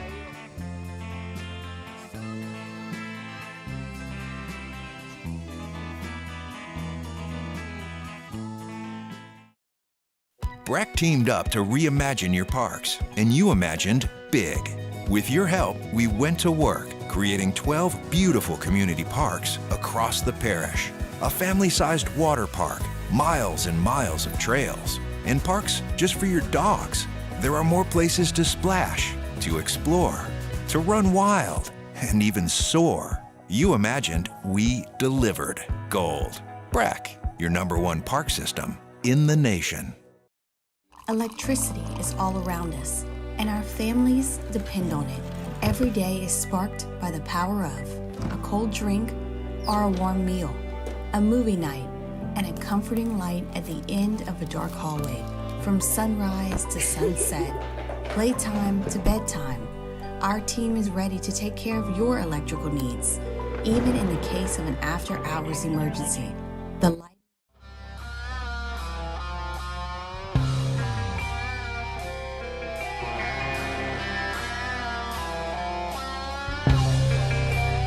All-Star Toyota presents Off the Bench with Hester and T-Bob. ESPN Baton Rouge, New Orleans, Alexandria, and 1130 The Tiger. You looking for a super offer for Super Bowl 58? Well, DraftKings Sportsbook has you covered. New customers can bet on the big game and turn $5 into $200 instantly in bonus bets. Okay? With the DraftKings same-game parlays, everyone's got a shot at an even bigger win for Super Bowl 58. So if you want to string together multiple bets from the big game for a shot at making your payday even sweeter, you want the DraftKings Sportsbook app. So again, download the app. If you're a new customer, promo code Baton Rouge, and instantly, win or lose, you bet $5 with that promo code. You get $200 instantly in bonus bets. And if you're returning customers, check out the same game parlays. Okay, only at DraftKings Sportsbook, an official sports betting partner of Super Bowl 58 with code Baton Rouge. Crown is yours. 21 plus, physically present in Louisiana. Select parishes only. Bonus bets expire 168 hours after issuance. Eligibility and deposit restrictions apply. Terms at sportsbook.draftkings.com/football terms. Licensee partner, Golden Nugget Lake Charles. Gambling problem? Call 1-800-GAMBLER. 1-800-426-2537. Now it's time for some weekend winners. That's how winning is done. That's right. We can't have anyone freak out there, okay? We've got to keep our composure. We've got too far. I'm by winning. I win here and I win there. Now what? Are you doing what it takes to win a championship? Wow, winning. Well, then I guess there's only one thing left to do. What's that? Win the whole thing. Bill asked me, have you seen how Fonzarelli in the chat got Twitch famous? Great origin story. No, I need to hear this. Explain. All right, my first weekend winner. I mentioned it to start the show, guys, but LSU Gymnastics. Highest score in school history. I'm obsessed with going. The PMAC is electric. The crowd's awesome. It's it's nonstop action. It's family friendly, delicious beers on deck, whether you just want to drink delicious, your kind of light domestics, something a little more crafty. They got it all. Easy concessions. Get the kids Dippin' Dots and hot dogs, and you get yourself a couple of brew dogs, and you watch the ladies kill it. It's a fantastic time. LSU Gymnastics, shout out. A weekend winner I mentioned earlier, Lainey Wilson from Louisiana, Baskin, Louisiana, wins Country Album of the Year at the Grammys last night. Shout out our girl Lainey. That's a big win. They got it right, dude. They got it right. They got it right. Screw all you Morgan Wallen fans. Yeah, go cry if you more. like Morgan Wallen, we don't like you. Yeah, go listen to Wink. Yeah, go listen to Wink and cry about it. Yeah. Actually, do not listen to Wink. Don't listen to Wink. I'll give you something to Wink. Yeah. All right, that one took a weird turn. Let's go Mark Andrews for weekend winner. He was I forgot about Yeah, he was flying home from Baltimore to Phoenix, and 3 hours into the flight, a couple passengers noticed that a woman was having a medical issue. She was in and out of consciousness. They had a doctor on board. He was looking at her as well as one of the flight attendants, and then Mark Andrews heard him say, her pulse is really low, and he is actually a type 1 diabetic. He stood up and he said, hey, look, I have my kit with me, and he showed them how to use it and helped them administer it, and she snapped out of it, finished the rest of the 90-minute flight home, and walked off the plane on her own. So shout out to Mark Andrews. Legend, dude. Legend. And yeah, it apparently was like very, very low key about the entire sort of ideal. And that's a very scary thing. That's like, stuff like that happening in a plane. So shout out Mark Andrews saving a life. Big time weekend winner there. Because I forgot to put a link in that document. Go to Devin Snow's Twitter and get the float ready. We won't do that one right here. I'll go there later. But weekend winner, Wyndham Clark. Won the Pebble Beach, won PJ Tour wins at Pebble Beach, but does it live style. Only 3 rounds needed. How about this from Wyndham? Shoots a course record 12 under 60 on Saturday to get a 1-stroke lead. Well, okay, normally that's when it gets tough. You got to sleep with that lead that night. You got to come back the next day and you got to follow that performance. Only, lucky for Wyndham, it was pretty damn windy. As 60-mile-an-hour winds in horrible weather cancel the rest of the tournament, and Wyndham walks off with a tournament dub. Over $1 million. I didn't even look at the purse. I'm sure it's like 1 to 2, something around there. No pressure of having to do that Sunday dub, just in the zone Saturday, back home by Monday. Shout out Wyndham. Weekend winner, Haley Van Lith.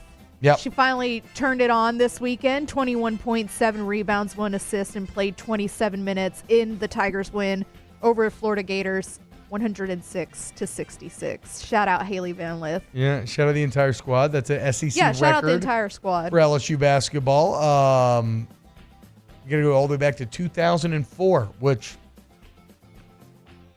that was 20 years ago, guys. That was 20 years ago.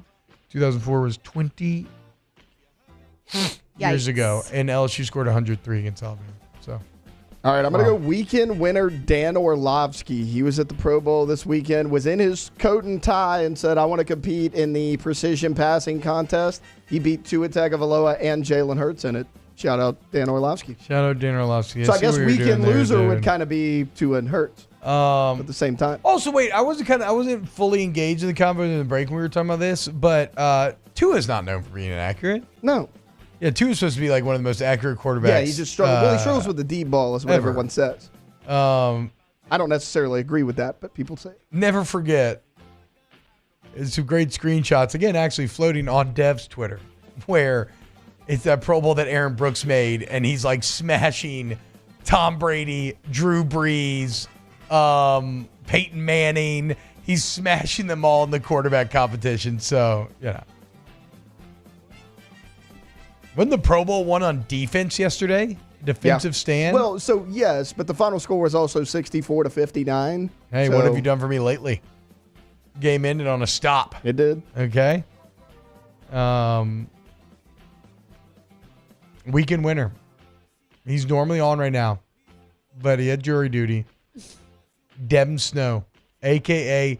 Hold the Mayo. As he had no idea about this, but the picture started making the round on the internet this weekend. Look at this, y'all. Devin Snow has a full-on Mardi Gras float committed to him. The backwards hat, the shades, the Sword Chief shirt. He's got the red beans in hand. The box says "Respect Your Body" on it.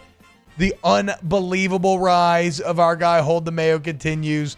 So for all you haters in the chat that are the condiment boy, how about you condiment these nuts, okay? Shout out Devin Snow. Do they mean that as an insult? Yes. What? Okay. Well, yes. I mean, it's just like Hold the Condiment Mayo's boy, in his B-O-I. name. Mayo's a condiment. I mean, yeah. I guess I've never considered it Are like you an insult. dumb? Are Well, you no, dumb? no, You think mayo they're being is Is that actually a a condiment. serious question, T-Bob? Well, I mean, Elijah, you've only been on the show a couple of weeks, but like for a while they've been calling him that, and I'm like, I just never really figured if it was an insult. But you thought it was like they were being nice? No. I didn't Like, think what they are were you being talking nice. about? I No, didn't- it's obviously absolutely didn't think they were being yes, nice. it's a I just thought it was a dig. nickname. I just thought it was a nickname. Oh man. But how cool is that, man? His own Mardi Gras float. It's just shout out, man. Hard work pays off. Okay. Devin Snow just keeps grinding, keep working his ass off, keeps putting in the time, and look what's happening. Dreams coming true. What you got, Lon? I don't think I have another weekend winner. All right, cool. You got anything there? Weekend loser, and this one's actually very serious. Weekend loser to Patrick Mahomes Sr. I don't know if you guys saw this. Look, with all the media publicity going around with the Super Bowl, he was arrested for DWI on Saturday. Good. So weekend loser Patrick Mahomes Sr. Hold on. No, not Wait, why good? It's good that he got because caught you driving shouldn't drunk, be drinking maybe. and driving. That's why I that's thought, good. No. I agree. I thought you were saying Throw his ass good. in jail. Do not drink and drive. I agree with that. I thought you were saying good in terms of like good screw the Chiefs. No. I wanted to have some distractions. Okay, yes. I agree. Look, as someone who has a DWI past, I remember going to MAD and a lot of great educational things that I had to do after that. No, but the thing with matter. Pat Mahomes Sr., it's like this isn't his first DUI. Like, no. Come somebody on, in the bro. chat said this is his third. Yeah. His third? Yeah, he's got to get that. Nah, get it together. Like, and the thing is he's probably gonna get bailed Well, the thing out. is, and you're getting lucky because He's like, probably out of jail right now. as long because like, I mean, screw getting in trouble, bad headlines, whatever. The nightmare is that someone gets hurt, right? Exactly. And that's yeah. So you just gotta try to learn from it and not let it. He hasn't learned from it. I know. That's disappointing for sure. Shoot, I had a breathalyzer in my car for 6 months. That was crazy. I had a know friend guy in who had high to have school. one. Yeah, I had a friend in high school who was like that because his dad had DUIs. It also wasn't nothing was as bad as I also had an ankle bracelet on that monitored alcohol intake. Like even if you put your arm in a puddle of alcohol, it would show up. Well, this was all a way. This is pre-trial intervention. You do all this stuff so you could get it if it's your first offense to get it taken off your record, right? Even though now if I get another one, it'll immediately come back on my record, so it's kind of off. But this wasn't because I was like a repeat offender or anything. But I'll tell you, people look at you funny when you got cargo shorts and flip-flops on and an ankle bracelet. Wonder why. Just massive pedophile injury. That's where you go jeans. Or energy. That's where you go jeans. Jeans and come with the flip-flops. the ankle bracelet. In Louisiana is hot, Maine. And I'm not a pedophile, okay? I just looked like one. Okay. The jeans would The help fact that nobody called you one and you felt the need to clarify that. Well, look, chubby guy, white, beardless at the time, very youthful looking face, flip-flops, cargos, ankle bracelet. I was putting off a lot of negative indicators. I would say that wouldn't give me pedophile vibes. That would just give me like maybe crackhead vibes. The cargo shorts alone It's were the enough. cargo shorts. Yeah. If you didn't have cargo shorts, you'd be fine. But Everybody keeps saying it's the cargo shorts. yeah, What's wrong dude, with don't wear cargo guys? shorts, man. All right. That's weekend winners. Let me get back more to you. Off the bench with Hester and T-Bob. All-Star Toyota of Baton Rouge, allstartoyotabatonrouge.com is the website. You see them right behind us here.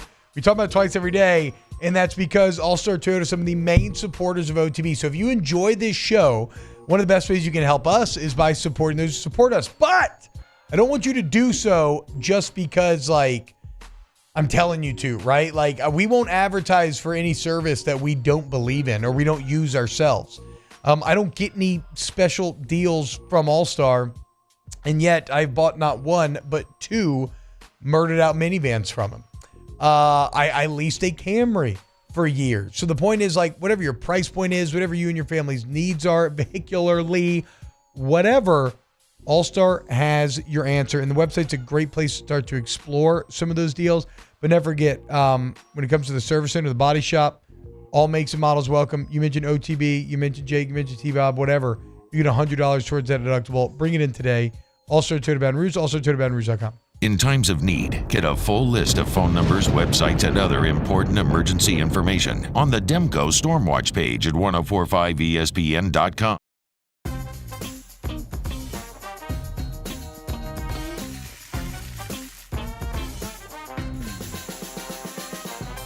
The best kept secret in town is out. Discover Tallulah at the Renaissance Hotel on Bluebonnet. His name was Cain. He had a horse along the countryside. I saw him ride. One day they found him.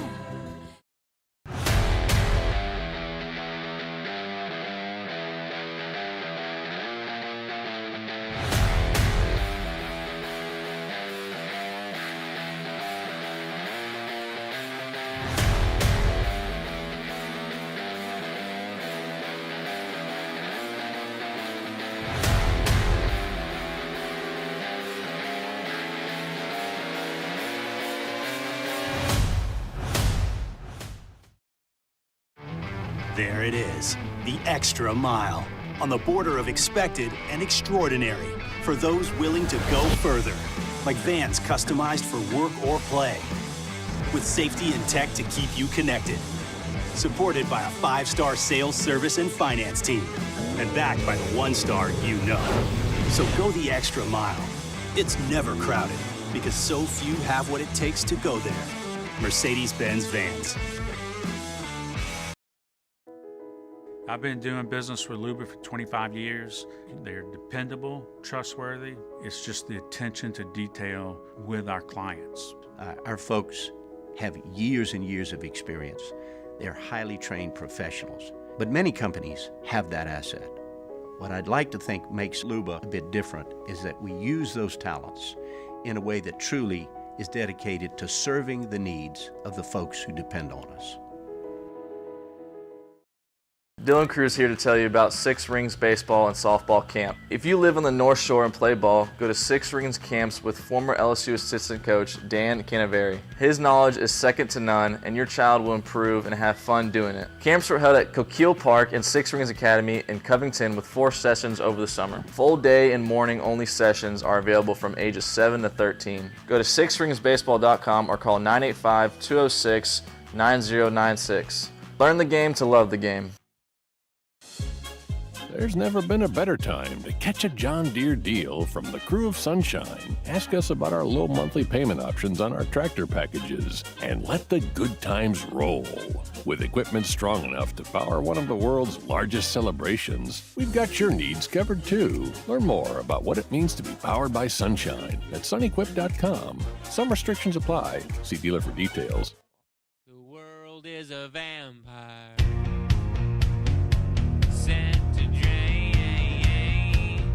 All-Star Toyota presents Off the Bench with Hester and T-Bob. ESPN Baton Rouge, New Orleans, Alexandria, and 1130 The Tiger. Remember, y'all, you're looking for a super offer for Super Bowl 58. DraftKings Sportsbook got you covered.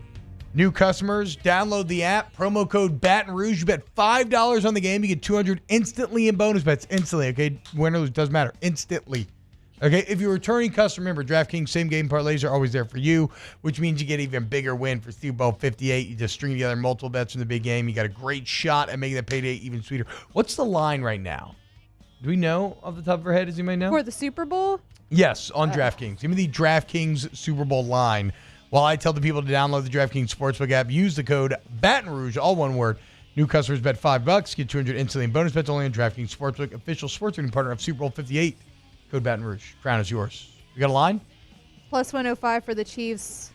Minus 125 for the 49ers. That's the money line, yeah. Plus odds on the money line for the Chiefs. Interesting. Yeah. But I'm not going to tell you how to bet. You bet however you want. 49ers are -2. Okay, there we go.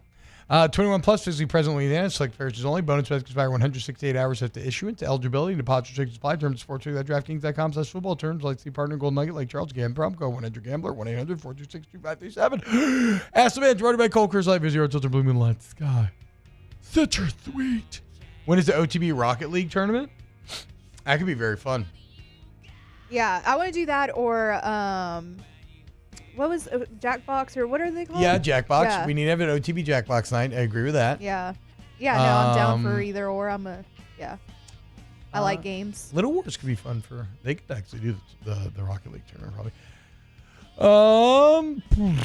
Ask the bench. Will we be introducing any new segments this offseason? It is getting close to. We did a lot of brainstorming last year, but then baseball was so good that it kind of took over.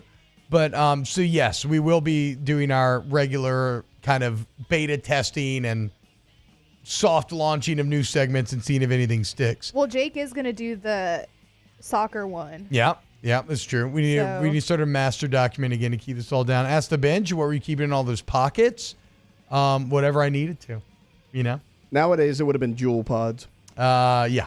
Jewels don't exist anymore. Whatever Elf Bar, whatever the case would have been, that's it. Jewel just doesn't exist anymore. They discontinued Jewels, and they still have all these stupid vapes. So I'm like, what was Jewels doing? Wait, so Jewel? They're not a thing anymore. Billions of dollars to the point where the original employees all got $1 million in cash at that one point. Doesn't exist anymore. No, but Elf Bars all freaking day. That doesn't make any sense to me at all. That's Look, actually I'm crazy. not I don't really do vapes anymore, but I was a Jewel gal, and there's no more Jewels. Yeah, if vaping was around for me back then, it would have probably been really bad. That mint one. The one time I bought a vape though, because I've been having enough friends and I was like, that's kind of nice. Yeah. I felt like absolute garbage. Yeah, they're very strong. After using it for a day, and I was done. Yeah. I was like, all right, screw this. Man. Every now and then, never regularly. Bring back Jewels. Yeah, hell yeah, dude. I can buy one right now. If anybody, snap, really? Yeah, Jewel.com works. I can Ask buy the one bench. Right now. I need a new bedroom furniture set. Where should I look? I don't know. We don't do commercials for any place. Rooms to go. No, I don't know. Ask the bench if Taylor Swift is the. Ran out of time. Love y'all. Off the bench with Hester and T-Bob. If Taylor Swift is in Mortal Kombat, who is she fighting? Probably Johnny Cage, right? 100% fighting against the Johnny Cage. patriarchy and is cocky, you're just a girl. Kanye West deal. Well, yes, I was choosing an MK character, but yes, if you're doing celebrity deathmatch claymation, yes, it's Taylor and Kanye. Or Scooter. How do y'all feel about Free Brewery? Love it. I love it too. Okay. You're like, T-Bob, what's Free Brewery?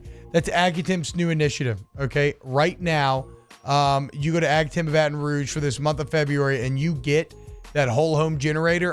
Not only are you going to get $1,500 off the whole home generator, which is great, but you get a free surge protector. Okay. And so you can schedule your free estimate today by going to agatimpbr.com where you're going to get service to the highest degree. Love is in the air. So are the incredible deals over there at Accutemp. There it is, the extra mile, on the border of expected and extraordinary, for those willing to go further, like vans customized for work or play, with safety and tech to keep you connected, supported by a 5-star sales, service, and finance team, and backed by the 1-star you know. So go the extra mile. It's never crowded, because so few have what it takes to go there. Mercedes-Benz Vans. There's never been a better time to catch a John Deere deal from the crew of Sunshine. Ask us about our low monthly payment options on our tractor packages and let the good times roll.